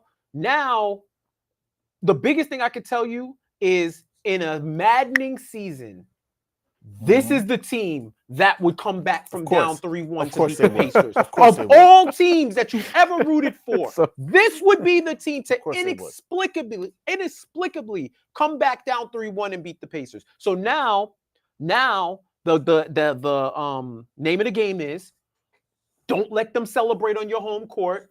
Survive game 5, steal game 6, close them out in game 7. That's you have 2 out of the 3 games in your building. You got to get to the third one. That is what it is. Look, all great points. I think where the lost opportunity you feel tonight is, you got a game from Jalen Brunson, 31 points, 9 of 19. Expected, by the way. 11 of 12. All thought he was going to bounce back. Yeah. 5 assists, 2 steals. Although in the fourth quarter, I don't know how many shots. We didn't really. Did Jalen Brunson take 3 shots in the fourth quarter? Took 3 shots. Yeah, we didn't see him in the fourth. We saw a lot of Mikal Bridges. He went 1 for 3 in the fourth. Saw a lot of OG Anunoby and Mikal Bridges. Now, sometimes Mikal Bridges has been good in the fourth quarters of a lot of playoff games. Also wonder how also from an injury standpoint. I think Karl Towns might have took 1 shot in the fourth quarter. I haven't looked at this yet. Cat, 24 points, 8 of 15 from the field. He had 12 boards. Those guys played efficiently. And so you got to be happy with the fact of how they played in terms of efficiency. But, man, that feels like a wasted effort. OG Anunoby wasn't terrible. From 3, he was 1 of 7. 22 points. And the 1 shot he made was a circus shot. It was a circus shot. End of the he probably should have been 0 for 7. Yeah. Probably should have been. I mean, made up for one of the open missed shots. Mitchell Robinson, not really much of a factor in this game outside of a stretch in the second quarter where he had 3-4 offensive rebounds. So he's been good. But blown opportunities. Here we are. Knicks lose 130 to 121 in game 4. They're now down 3-1 in their best of 7 series to the Pacers. Disappointing loss. Knicks fans are not happy. They're looking for answers. They got a lot of questions. We're going to talk about it with our guy from the New York Post, great sports reporter that he is. Brian Lewis joins us now. Brian, what is going on, sir? How you doing? All right. How you guys doing?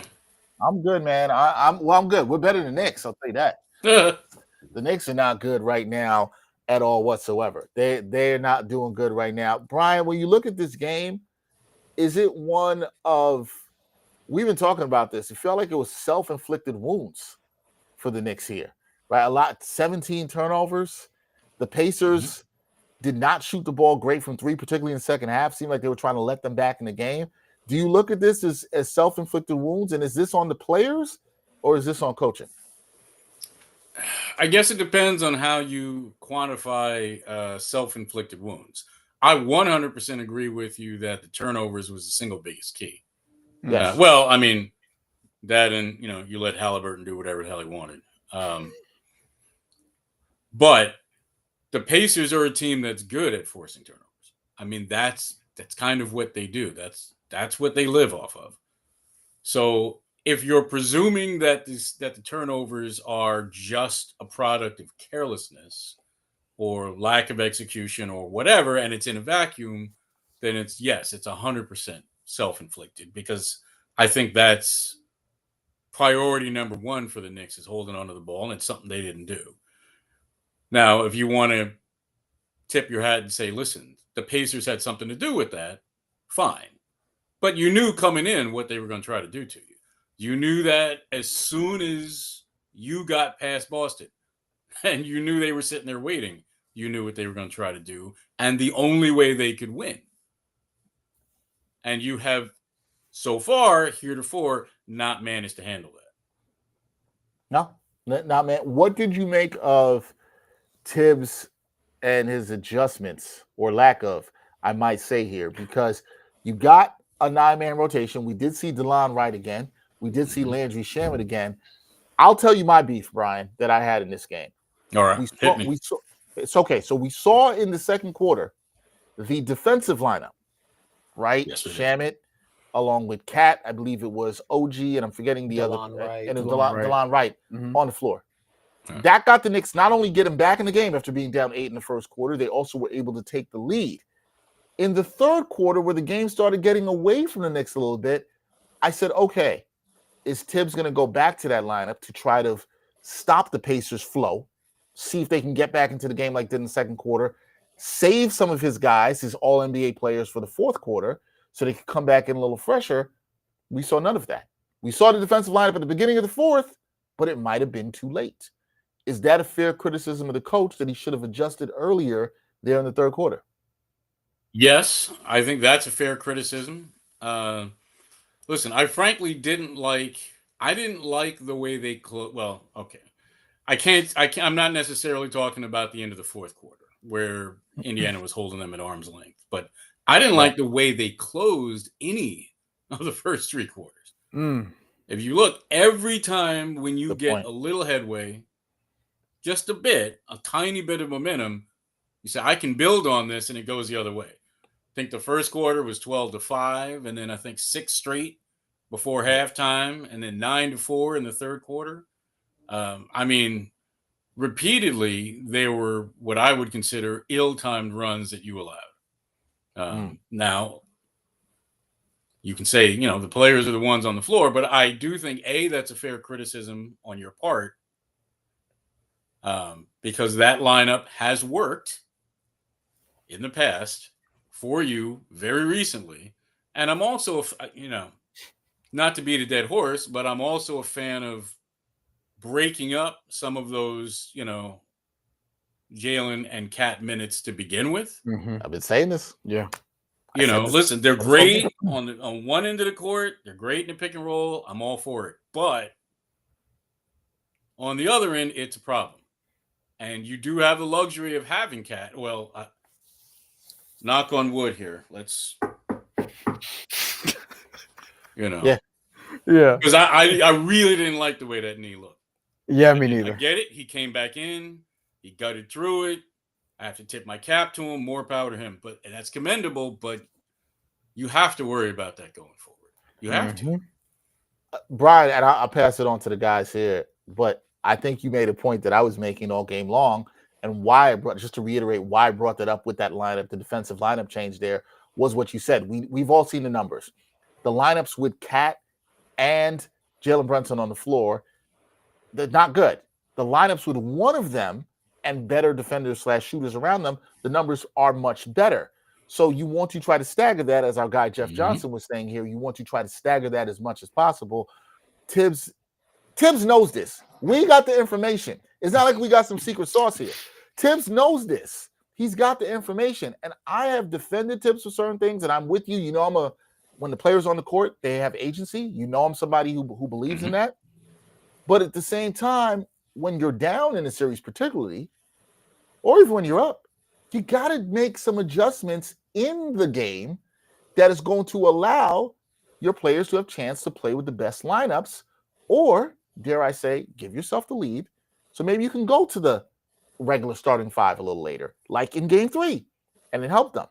I don't think it's a shock that those guys are fresh, particularly Brunson. It seems to me like this, Brian, with Tibbs, if he's not forced into this, generally by foul trouble, this is not going to happen. Like, Yes. I guess what my question is saying all of that is, obviously the Knicks are in trouble here, down 3-1 in this series. But is this sustainable for this team going forward? And we have a long way to go before we talk about offseason and all the stuff, but if it's this sustainable, if the coach is not going to react to data that is available in there, particularly when they are down in the series, is that a problem?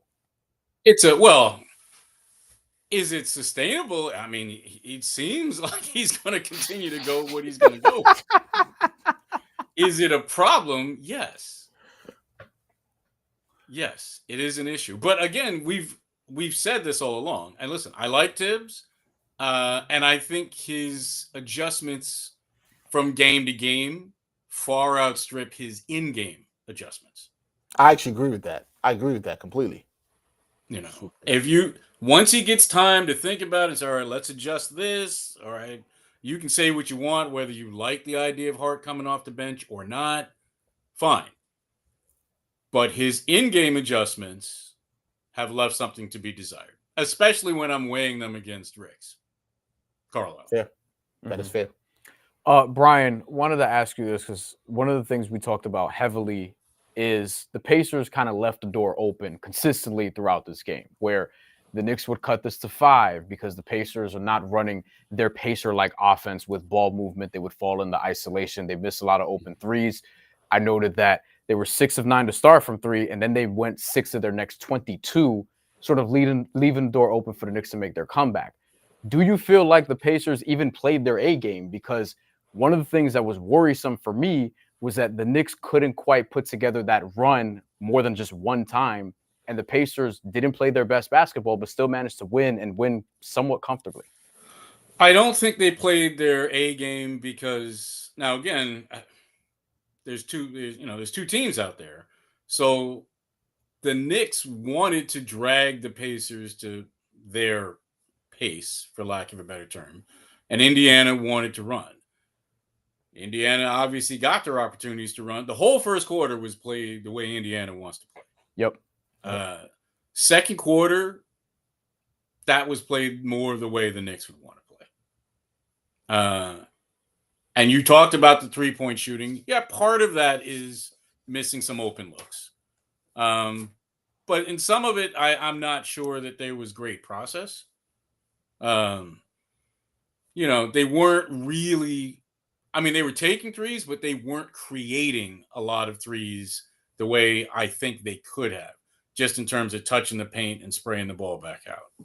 Agreed. And then when they did get in the half court, I think Siakam is overwhelmingly their best option in the half court. And they were opportunities that they could have looked for him and didn't. So there are things to quibble with. There are certainly things that when Indiana goes back and looks at the tape, they can say, oh, well, we can be better at this. We can sort this out. we can tighten this up. We can be better here. We can improve there. It's not like they played a perfect game and won by 9. They were, for them, all right, and won by 9. Yep. Now, granted, now you're going on the road. That's a whole different thing. But again, you have to caution against thinking that the Garden will magically hand you a win, because we keep seeing the road team win in this series up until this. Indy's won 2 Game 5s already, and one of them was on the road in Cleveland, and it was a game where everybody was like, Cleveland's going to bounce back, the home team's going to push to 6, and the quote unquote better team they were during the regular season, but was going to push to 6, and it didn't happen. So I agree. The Garden's not going to hand him a victory. What would you say is or should be the biggest emphasis for the Knicks, just from an adjustment standpoint, for the next game? Well, okay. It's not so much an adjustment, but I'd say, one, the priority needs to be holding on to the ball. You can't, even if by some chance you manage to turn them over, which obviously is easier said than done because Haliburton didn't have a single turnover. Crazy. So even if you manage to turn them over, it's not going to go well for you if it's even, because they're going to punish you more on your turnovers than you're going to punish them on theirs. So you cannot think that you're going to turn the ball over 20 times and win. It's just not going to happen. That's not how you're built. So they need to take care of the ball. As far as an adjustment, again, I know I'm beating a dead horse until it's just nothing but pulp, but I want to see them stagger some of those minutes. Yeah. I'm saying specifically to Cat minutes and Jalen, assuming that Cat's healthy, right? All of this is assuming that he can actually go out there and he's fine, and he can go out and give you whatever, 40 minutes or 35 minutes or whatever. As far as Jalen, listen, Brunson, he managed to be able to do whatever he needed. Against McConnell, against them. But see, Naismith, you got to be able to pick him and screen him off and get him a little separation. He did whatever he wanted against everybody else that was put up against him. Except Naismith did just enough to make him work. And again, I understand that you have to worry about this game, this next game, before you worry about game 7 or what have you. But he's going to be forced to work, and you've got to find ways to make it just a little bit easier on him when Nesmith is on him. You have to. Or else there's not going to be anything left of him by the fourth quarter.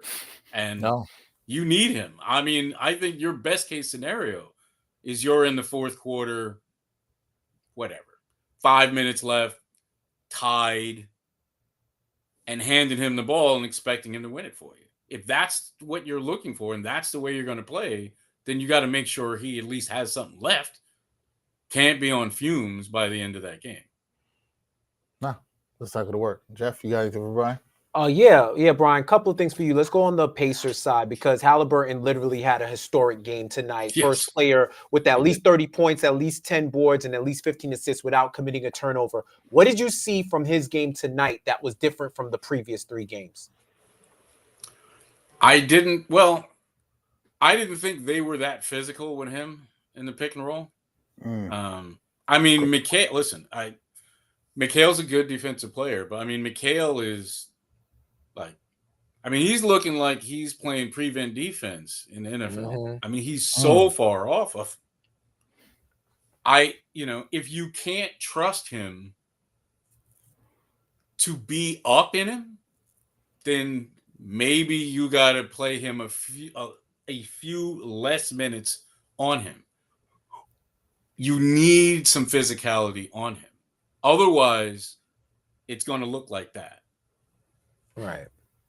And you also mentioned that they're going to have to find ways to get Brunson easier baskets because, as I've said, Neesmith is allowed to clothesline, pile drive, DDT, a boss man slam, sidewalk slam, 450 splash Brunson up the court, and they're allowing on that side of the ball maximum physicality. So that is eventually going to wear down on you, right?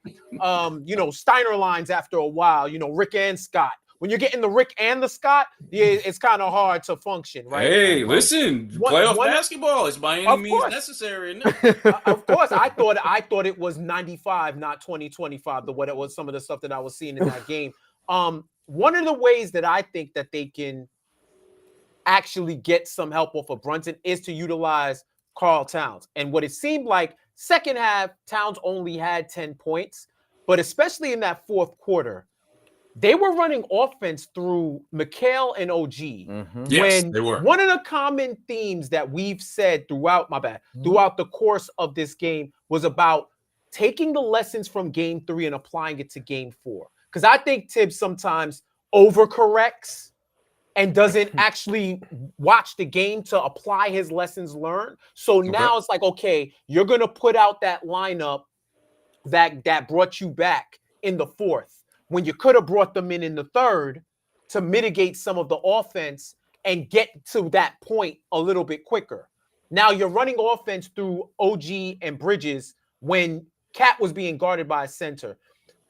Who is the onus on at this point to utilize the biggest mismatch that they have on the court? Is it Cat?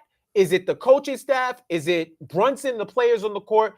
Or is it a combination of three? How do they recognize the greatest mismatch that they have right now on the court and utilize that to preserve Brunson for the moments that they're really going to need him? I'm going to assume for the time being that Cat was healthy at the time. Yeah. Right? Because I know there were some minutes earlier in the game where he kind of looked like he was favoring the knee even then. Right. Mm-hmm. So I'm gonna give it the benefit of the doubt, right? And presume that Cat was healthy. If Cat at the time was showing the aggression that he needs, right, and he has that mismatch, then Tibbs needs to take advantage of it. Mm-hmm. But I'm going to assume that he was healthy at the time. Yep. I'm not there, so I can't ask him. Brian, another thing in this game to me was, I'll just ask you this. Have you ever seen Josh Hart this bad? Because he had 5 turnovers tonight. He had multiple. At least 3 times he got beat backdoor defensively. More. It might be more. On the play where he fouled out. On the play he fouled out. Yeah. A minute 44, down 7, and you foul out on the back cut. You can't like that. And his defense has taken a drop this year. All Knicks fans who've watched this know this. He's not been the same defensive player as we've seen from him the last 2 years. But he really killed them tonight. I've rarely been that critical of Josh Hart, particularly in a big game, because he's a guy who generally shows up. Yes, he is. For the most part, he does. Yeah. I would be lying if I said he doesn't. Do you think, I'm not put everything on the coach guy. There's a lot of Knicks fans I know in the chat who are that. But did he play too much tonight? Was this a game where Tibbs leaned a little bit too much on Josh Hart? Not saying that would have made a difference. I just want to be clear, because when you have 17 turnovers, granted, he did have 5 of them. So, just saying. 5 of the first 12. To answer the first part, yes, this is about as bad as I've seen him play in a big spot. Yes. Part of the problem is, however, if you're looking for boards, right? And Mitch is playing like trash.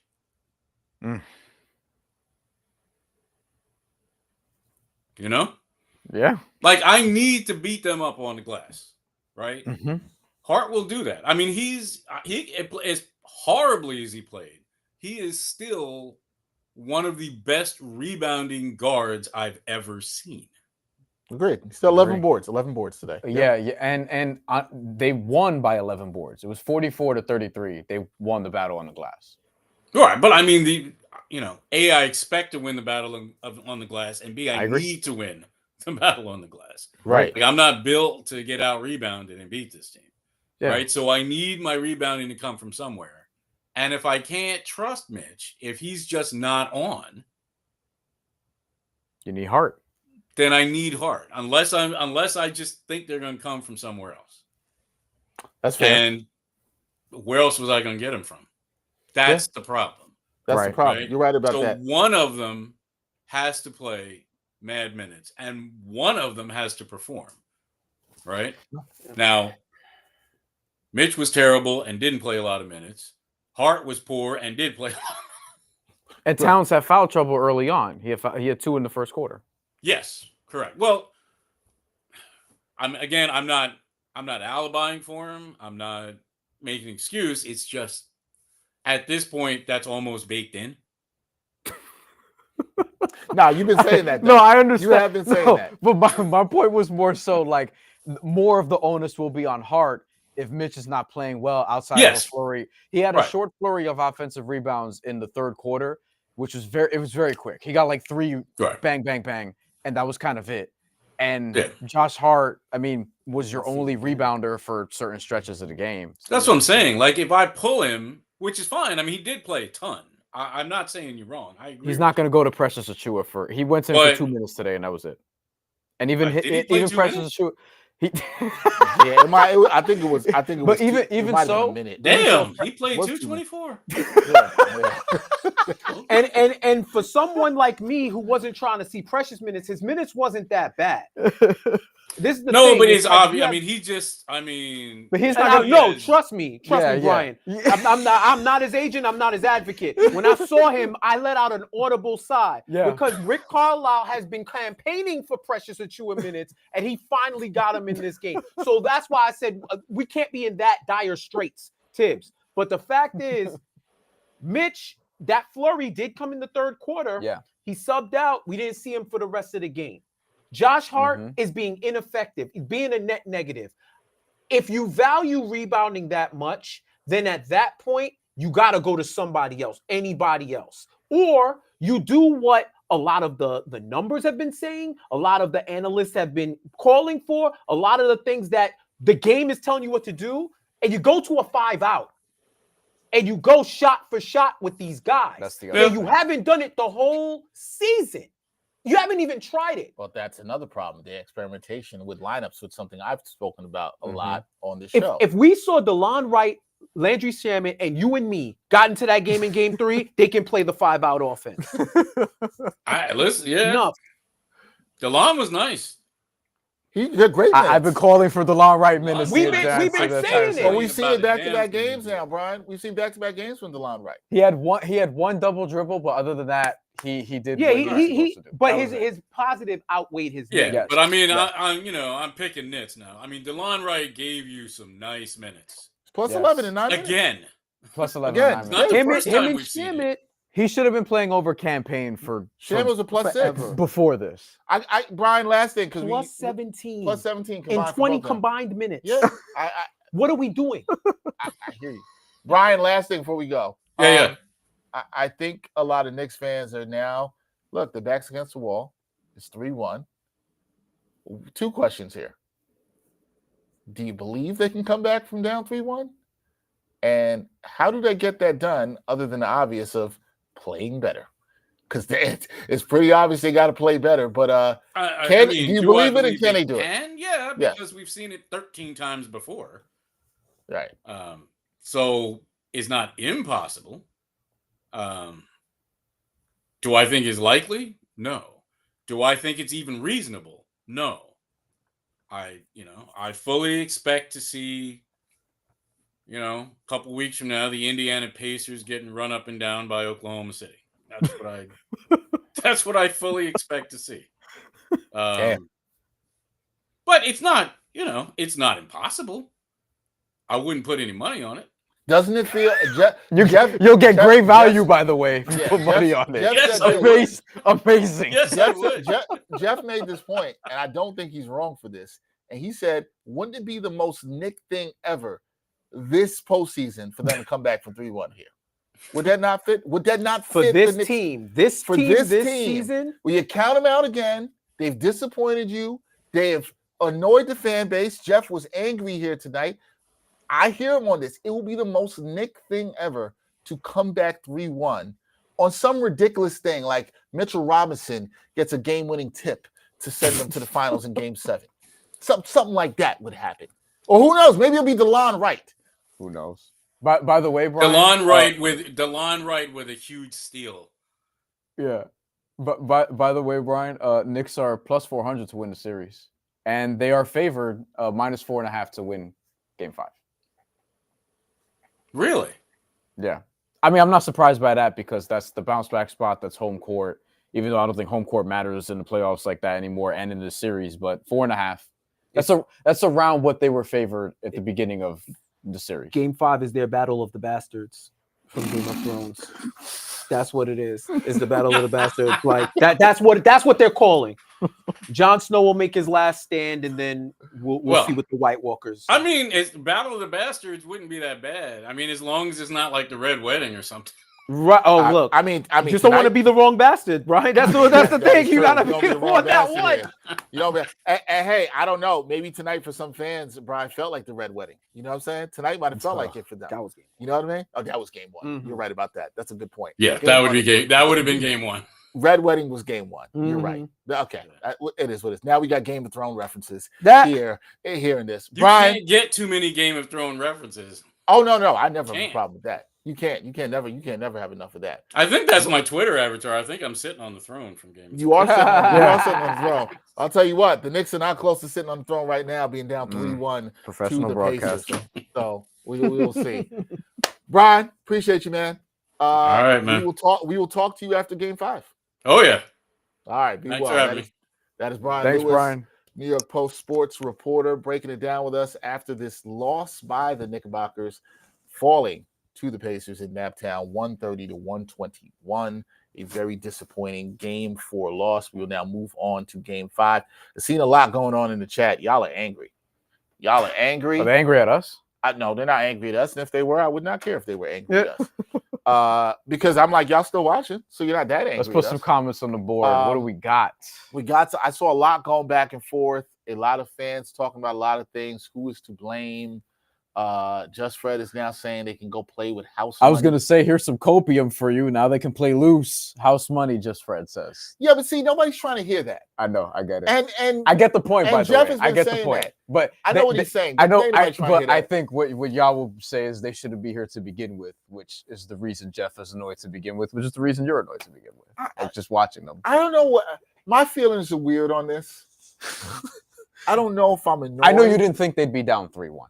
No, I did not. I picked Knicks in 6. Obviously, that's not happening. Right. I think I'm disappointed with the effort by certain players. It's funny, they're two weakest defensive players in Cat and Brunson. I'm actually wasn't disappointed with the effort on offense. Is it effort or IQ for you? Let me change that. It's not effort. I'm disappointed. Because I feel like they're trying, No, it's another but it's E not. word. It's execution. Yeah. I'm disappointed with the lack of that. That's the one. It's another E word. Josh Hart did not execute. Josh Hart's a guy who I believe in big spots. And I do think some of the people we criticize him, I will say when somebody is not good. But to act like Josh Hart's not a guy who's showing up in big games, I'm not going to go and do that. He had a terrible, terrible Game 4 tonight. Yeah. Now, worst game of the playoffs. would it shock me if this guy bounced back and he's somebody I'm not worried about. He'll bounce back. Just like I thought Jalen Brunson would bounce back today. But they need everybody. The Garden ain't going to save you. The Garden is not going to save you. Will the crowd be pumped up? Yeah. They'll try. Yeah. Everybody's going to feel like I am. Everybody's going to be annoyed that they have to be there for a 3-1 game, and they are going to demand that the Knicks do something. And if them guys go down by double digits, the boos are coming down. I agree. The boos are coming down. It won't be like last year where they got like an ovation for trying because everyone man. broke down. because everybody was injured. Yeah, This is exactly. Game 7. That's what I'm saying. It's not going to be like that. This one had expectations. They were favored heading into the series. They were favored last year, but they broke down. They're not broken down this time. Although Karl Towns will see. Cannot allow Tyrese Haliburton to celebrate on their court. Ooh. If the Pacers are going to win, you gotta let them win it in Indiana. If you're not gonna win this series, stretch it to 6. Let them do what happened. What happened to the Celtics? Let it happen to you. Yeah. Emotional game 5, your last stand at the Garden, win that game, then go to Indiana and do whatever you feel at this point. Do whatever you feel. But understand, if you win game 5 and if you win game 6, you better not lose game 7. Well, here's the thing. I'm going to say. Can we take it one game at a time? No, that's why at this point, it doesn't matter what we say. It doesn't matter because it's on them. Well, it's not even one game at a time. We might as well talk about scenarios because all of this sounds like make-believe at this point. What have they shown you? Why Tibbs did not went with Shamet over Deuce after Hart fouled out? Because he wanted a little bit more size. We're back. We're back. We're back to the bullshit. More size. With Landry Shamet. You know when they could have used more size, Dex? In the third quarter. I didn't want to say that. You know, it's funny. That's the question. I don't know who asked that question, which is a question you got to ask to the great reporters out there covering it. And they could have used more size in the third quarter. But can I ask you a question, Jeff? This is because man. you have been frustrated here, and you are one of the great voices of the Knicks with Knicks Film School. But you just went to a place. You just took us on a journey to Game 7, if they possibly get there. Not that you have a reason to believe that. Hey, I'm a creative. I think about different scenarios. And you're an optimist. You can't help yourself. Baby, and we'd like there to be a Game 7 because we'd love to sit and watch it. Yeah, I'd like to keep doing shows. We are rooting for the Game 7, just to be clear with y'all. But what I'm asking my man Jeff here, do you have the mental fortitude to go through this? You don't got to ask me that. You got to ask them that. I don't want to see you mad. Well, then you don't want to see me watch it. This is fair. And it's not even, I'm not an irrational fan. Yes. And I don't care what anybody says. Every fan base has them. Y'all just have a big city inferiority complex and y'all always be on New York's, you know what. That's why y'all hype us because we're like the soccer fans of the NBA. Yeah. Like the average soccer team would be like what the Knicks fan base are on the level of intensity and how we actually like to fan and support our team. But what I'm saying is I do have the capacity, but what I don't have the capacity for is for this team to go through Groundhog Day over and over again, the same mistakes, the same lack of adjustments. We all see what they need to do except them. So why are we putting ourselves through this? And then you got people that want to say that we're being fake because we show emotion over dumb shit that we see. Critical for that matter. Critical. Yeah. Like, yo, I'm not a bandwagon fan. I've been here before. A lot of them teams, every player on that team, I'll be here after that. If we can praise them and shower them and give them city block names, new names on the street signs. Are you blaming Eric Adams for this? The DOT. I know what platform I'm on. Next question. You giving them signs, you doing all that. We can praise them and we can critique. Straight up. Yeah, I know the vibes, bro. I know the vibes. You just let us know where the hookah spots are at next summer. Let us know where the day parties is at. Like, it is what it is. But this is what I'm saying, man. If you know why I wasn't mad after Game 7 last year? Because that team literally left it all on the court. They did what they could. And I'm going to keep it real. I did not want to see Alec Burks and the Fighting Knickerbockers take on the Celtics in the Eastern Conference Final. Actually, that would have been a fever dream. Because that would have been just, we just watching to see if chaos could happen, right? That's Real House money. Right. That's like Real House Hidden money. Gems type level of let it rock, right? Yeah. But this, you have the talent. You have the ability. You have it all. The Pacers have shown that they're the better team. as a unit, they're the better team. Yep. Like that. Just anybody else saying that, don't go out like the Boston fans. Don't be those. Call it what it is. Yep. After 4 games, they have established that they are the better team. They've executed better. They know their identity, and they've executed their game plan. Win or lose, they've executed their game plan. But I know that there is another level this team, this current cast can hit. I do believe they're a championship roster. I do believe with the proper adjustments and schemes, they could at least show us that there's another level to reach. And they're not showing it. And that's what's frustrating. You just said something there. And I know somebody in the chat said it's time to start talking about the offseason. We're not going there yet, but I'm going to go to one thing you just said. You said you believe they're a championship level roster, and with the proper adjustments and schemes, you believe they can get to that level. Do they have the right leadership in terms of the head coach to get them to that level? Where are you on that? Jeff, I actually ask because I don't know where you are on this. You're trying to pull all Jeff's strings. No. I got Jeff here. Jeff is my guy. I'm gonna ask him. Listen, we had JD from Knicks Fan TV, and JD is not. JD, I apologize. I'm not saying that you're a Tom Thibodeau hater, but I know that we know where he stands. I know where he stands. I know where JD stands. I also know we asked him this question. And I know too. Sometimes I say this about my guy J-Mac with you guys at Knicks Film School. I think he unfairly gets sometimes portrayed as the Tom Thibodeau lover. And I don't think that's necessarily fair to him. And to your point, we've also talked up here about whether or not, because he's a good coach, but is he the right coach for this roster is what we've often talked about. And I guess that's part of what I'm asking you here. Now, I even hate bringing this up, but I have to ask you because you're in the chair. Yep. I hate bringing it up because anything can happen, as you said. They could come back for 3-1, and now everybody in the chat be like, man, Tibbs is the greatest coach ever in Knicks history. And that you should have believed the entire time. You should have believed in him the entire time. No, they've given us evidence to not believe. And we can say that. But I guess what I'm asking you is that if, let's say they lose in 5, let's say they lose in 6, or they lose in 7. There's going to be a lot of, 2-part question. Let's hold this. Yep. And sorry, producers, we got a little more time for this. Somebody asked me this the other day on the show. I was like, yesterday, actually. They said if they lose, the Knicks lose, is this season, how do I look at this season? Is it a failure? Is it a success? To me, I'm going to tell you what I said. I said it's a success because I think any reasonable Knicks fan or analyst or anybody covering the team would have said, hey, if this team got to the conference finals this year and you told them they knocked off the Celtics, you would have said that was successful. You're lying if you're saying it's not. Right. Now, I understand that people can have success, and then sometimes expectation changes that. They come to the series, they're favored. People don't think. Stretch goals. No, right. Your goals have been stretched. They're healthier, They're healthier. Nobody thought they'd be down 3-1 in the situation. If they go out there, I say in 5 games, 6, 7, whatever it is the season a success? Yes, it's still a success because they got to the conference. It's a disappointing finish to a successful season. Your goal was, I don't care what's happening in the Eastern Conference. This team made all these big moves. You're better on paper. You got the talent. You have a certain level of continuity. Make the conference finals. The team was put together to beat the Celtics, and they beat the Celtics.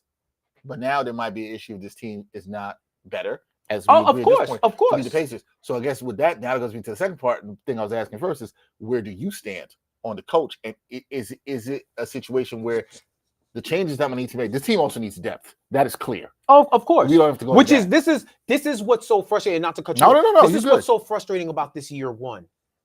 They've overachieved, and I think they can overachieve even more.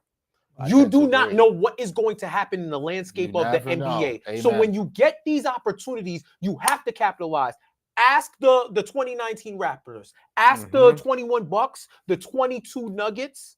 Ask last year's Maverick. They did a lot of stuff. Well, ask the Celtics. Yeah. Right? We thought their window was a little bit cracked open. Now the blackout blinds are on it. Yeah. Quite possibly, right? Yep. That's a good point. Ask the 22 Warriors, ask the 23 Nuggets. Life changes quickly in the NBA. It changes quick. Yo, if you would have told me that the Bucks wouldn't have made it out the first round after winning the title, you'd been like, yo, that's crazy. And then they got Dame. You would have thought I had 5 heads. You would have looked at me like I had 5 heads. Yeah. You have to take advantage of every opportunity that you get. And that's what makes this so frustrating, is that not only did you beat off the Celtics, you not only did you knock off the Celtics, That was crazy. That was absolutely insane. Yeah, it was. That was like, I need a flagrant 2 ejection. Yo, team up. Yeah, Outta team here. me up. That was insane. That's how mad they make me. My pausometer is broken right now. Brian right? Brian just gave you the look. He's like, whoa. He was like, well, he's like, yo, I'm not even letting that go. But not only did you, I couldn't not. no, I'm glad you hold me accountable. At least somebody's getting held accountable. You beat the Celtics. Right. You were built to beat them. You knocked them off, right? Now you facing the Pacers. Like, if it was the Cavs, we'd be talking about something different. Because the Cavs were a better team in the regular season. They had the continuity, blah, blah. So if you lose to the Cavs in 5 or 6, it's like, all right, they're still, you beat one of the top 2 teams in the conference and lost to the other one. The Pacers, no one had them here, which is a testament to them. Nobody had the Knicks here either. I mean, it is a testament to both of them. Wasn't it like, I think ESPN went like 21-0-21 against predictions because everybody predicted Cavs Celtics. Yeah. And it was like they defied odds. But that's the thing. Now you're here. Now you're on the stage. You got to take advantage of the opportunity. And that is what is so frustrating. So to answer your question, yes, if this team is going to remain the same, like if the major players are going to remain, like Cat's coming back, OG's coming back. I mean, we know Brunson is back. Yeah. Bridges is back. And extended. OG, right. That's the Bridges key. is going to get extended. Jalen's back. OG's back. Cat is back. And y'all are not making any type of trades. Then I think you seriously have to consider a coaching change. You have to. Like, I got love for Tibbs. I want, for as much he's put into the game of basketball and literally made his life about hoops, I wanted him to win one. Just so that it could quell the narratives about him and he gets that payoff. Especially with his hometown team, I wanted that story for him. But we have seen examples of the team being tailored to Tom Thibodeau ball. We've gotten that. Now they traded for Cat. This was the time where you had to step outside of yourself and say, how do I maximize the roster? this current roster. Maximization has not occurred. It just hasn't. They've won 51 games in spite of that starting lineup. Not because, in spite. And we have literally tons of data. They played like 100 and plus more minutes than the next starting 5. And they have a negative net rating. And you had 82 games to try to find something else. And he didn't do that with different lineups. That's what exactly. And you keep hearing the game tells you what to do and blah, blah, blah, blah. At what point, if every single aspect of the game is telling you to do something else, why do you have to wait until you're down 0-2 to do it? And that's the thing. And we're going to end because we got to wrap soon. Yeah. That's the thing. That's the point right there.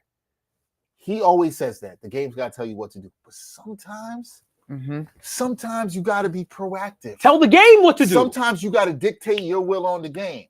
Right?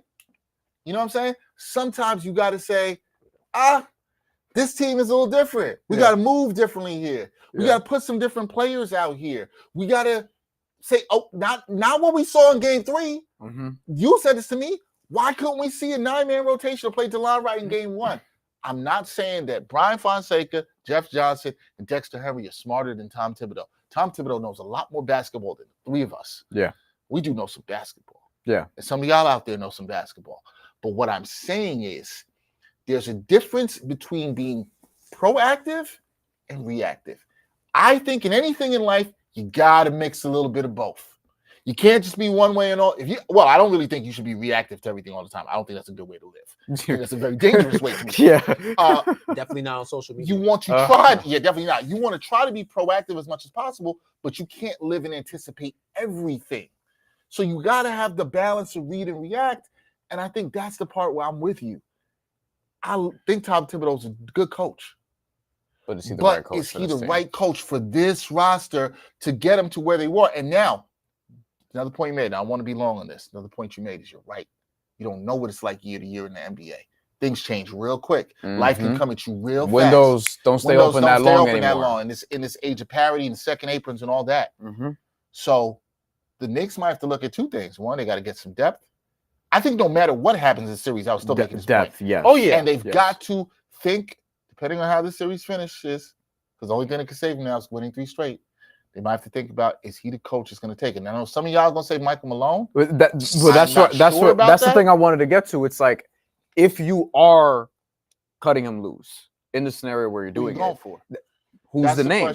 And I think what people would want, like people really in the weeds, would be like, hey, find the next Mark Daigneault. Where I'm for that. A lot of Knicks fans would be like, I want a name. I don't care about names. And that's sort of find the right coach. Just like you identified. I agree. It's like I think fit matters not even just for players, for 90% of players, 95% of players really. Fit matters with coaching more than anything else. The reason why Indy is playing the way that they're playing, and the reason why they've been going on these runs, is because they have Rick Carlisle, whose roster, like the roster is tailor-made for Rick Carlisle to do what he does. And the reason why some of these coaches are able to overachieve with their rosters, Rick Carlisle did it. Last year, Jason Kidd did a really good coaching job with the Dallas Mavericks. They lost in the finals. Before that, Spoelstra went on a run with Jimmy and Bam. They went to 2 finals over the course of 4 years or whatever it was. Boston, obviously, they've been coached well. I mean, even when they had Brad Stevens, and now with Joe Mazzulla, I know there's some questions about that, but Joe Mazzulla at least did a really good job last year. Like, the fit matters for the roster. Yeah. So it's like, where are you going to find, like, is it going to be Taylor Jenkins? Is it going to be Michael Malone? Is it going to be somebody else? What I'll say to that, we got to wrap, is, hey, those places and the coaches meant, they found them. It's like talent. You got to go out, you got to find a coach you believe in, identify, believe in your process, believe in your scouting, and trust it. I don't give a damn if they make a change. If they make a change and they bring in somebody to have a name, I've trusted the front office. The front office to me is. I agree. Look. And if they do that, they do that. And that's it. We've seen Warriors fired Mark Jackson after a 50-win season. Cleveland fired JB Bickerstaff and found Kenny Atkinson after a successful, like, they won a playoff series, and they were still like, not good enough, not a fit for our roster. The standard has to be not good enough. Kenny Atkinson changed things. Steve Kerr changed things for Golden State. And obviously, they got talent also, but like, this team has talent, and these windows are very sensitive. To Jeff's point, like, you just don't know. Jalen Brunson is a smaller guard who has to create a ton of offense. His window is now. He's not going to be able to do this forever. Facts. So, like, these are the things you have to capitalize on. Karl Anthony-Towns, I know he just got here. He's a 10-year vet. This is your window. The time is now. The time is now for sure. But the time was not tonight for the Knickerbockers. They fall in this one to the Indiana Pacers, 130-121. In Game 4, they're down 3-1. They'll now have to win 3 games in a row if they're going to win this series. Jeff, man, we appreciate you. I'm glad you're here. No, man. I'm glad you had me. No. Always try to have everybody in this seat be 1-0. Fortunately, 0-1. That does not mean you cannot come back. No, it's all good. Hey, listen, it ain't me. I tell you that much. It ain't me. Look at most comment. I just want. Don't read it out loud. I just want. Hold on. Where are we? Oh man. I'm not gonna say that. Did you see this? Yeah, I saw it. I saw it. I'm not gonna say that. A little levity. No, I'm joking. We are back in 2 nights. We're back in 2 nights. Now the question now is, we're on the line. Will we be back for more nights? Yeah. Can't tell you that. All I can tell you is we'll be back on Thursday at 8:00 for Game 5. Jeff, I'm glad you had fun. I did. This was awesome. I just don't want you to be angry for however long the season lasts. I'm good. Like, you just saw what this is just frustration. But I told you, I separated, bro. You did. I separated. So now I'm rooting for the team, but I'm no longer emotionally invested. So now I'm as critical as down the line as possible. Which I am usually. But now it's like you get the full wrath of my critique. You got the full wrath tonight from Jeff Johnson. Check him out. Knicks Film School. Also with TNT and Bleacher Report. Check him out there with those guys. I'm Dexter Henry. That's Brian Fonseca, the great Jeff Johnson joining us. You guys enjoy your night. Please come and rock with us for Game 5. We'll have a good guest joining us then. We'll tell you more about that. So stay tapped in, stay tuned with us, and we'll see if the Knicks can, make some history. Shock the world. Maybe it happens. Peace and love, everybody. Good night.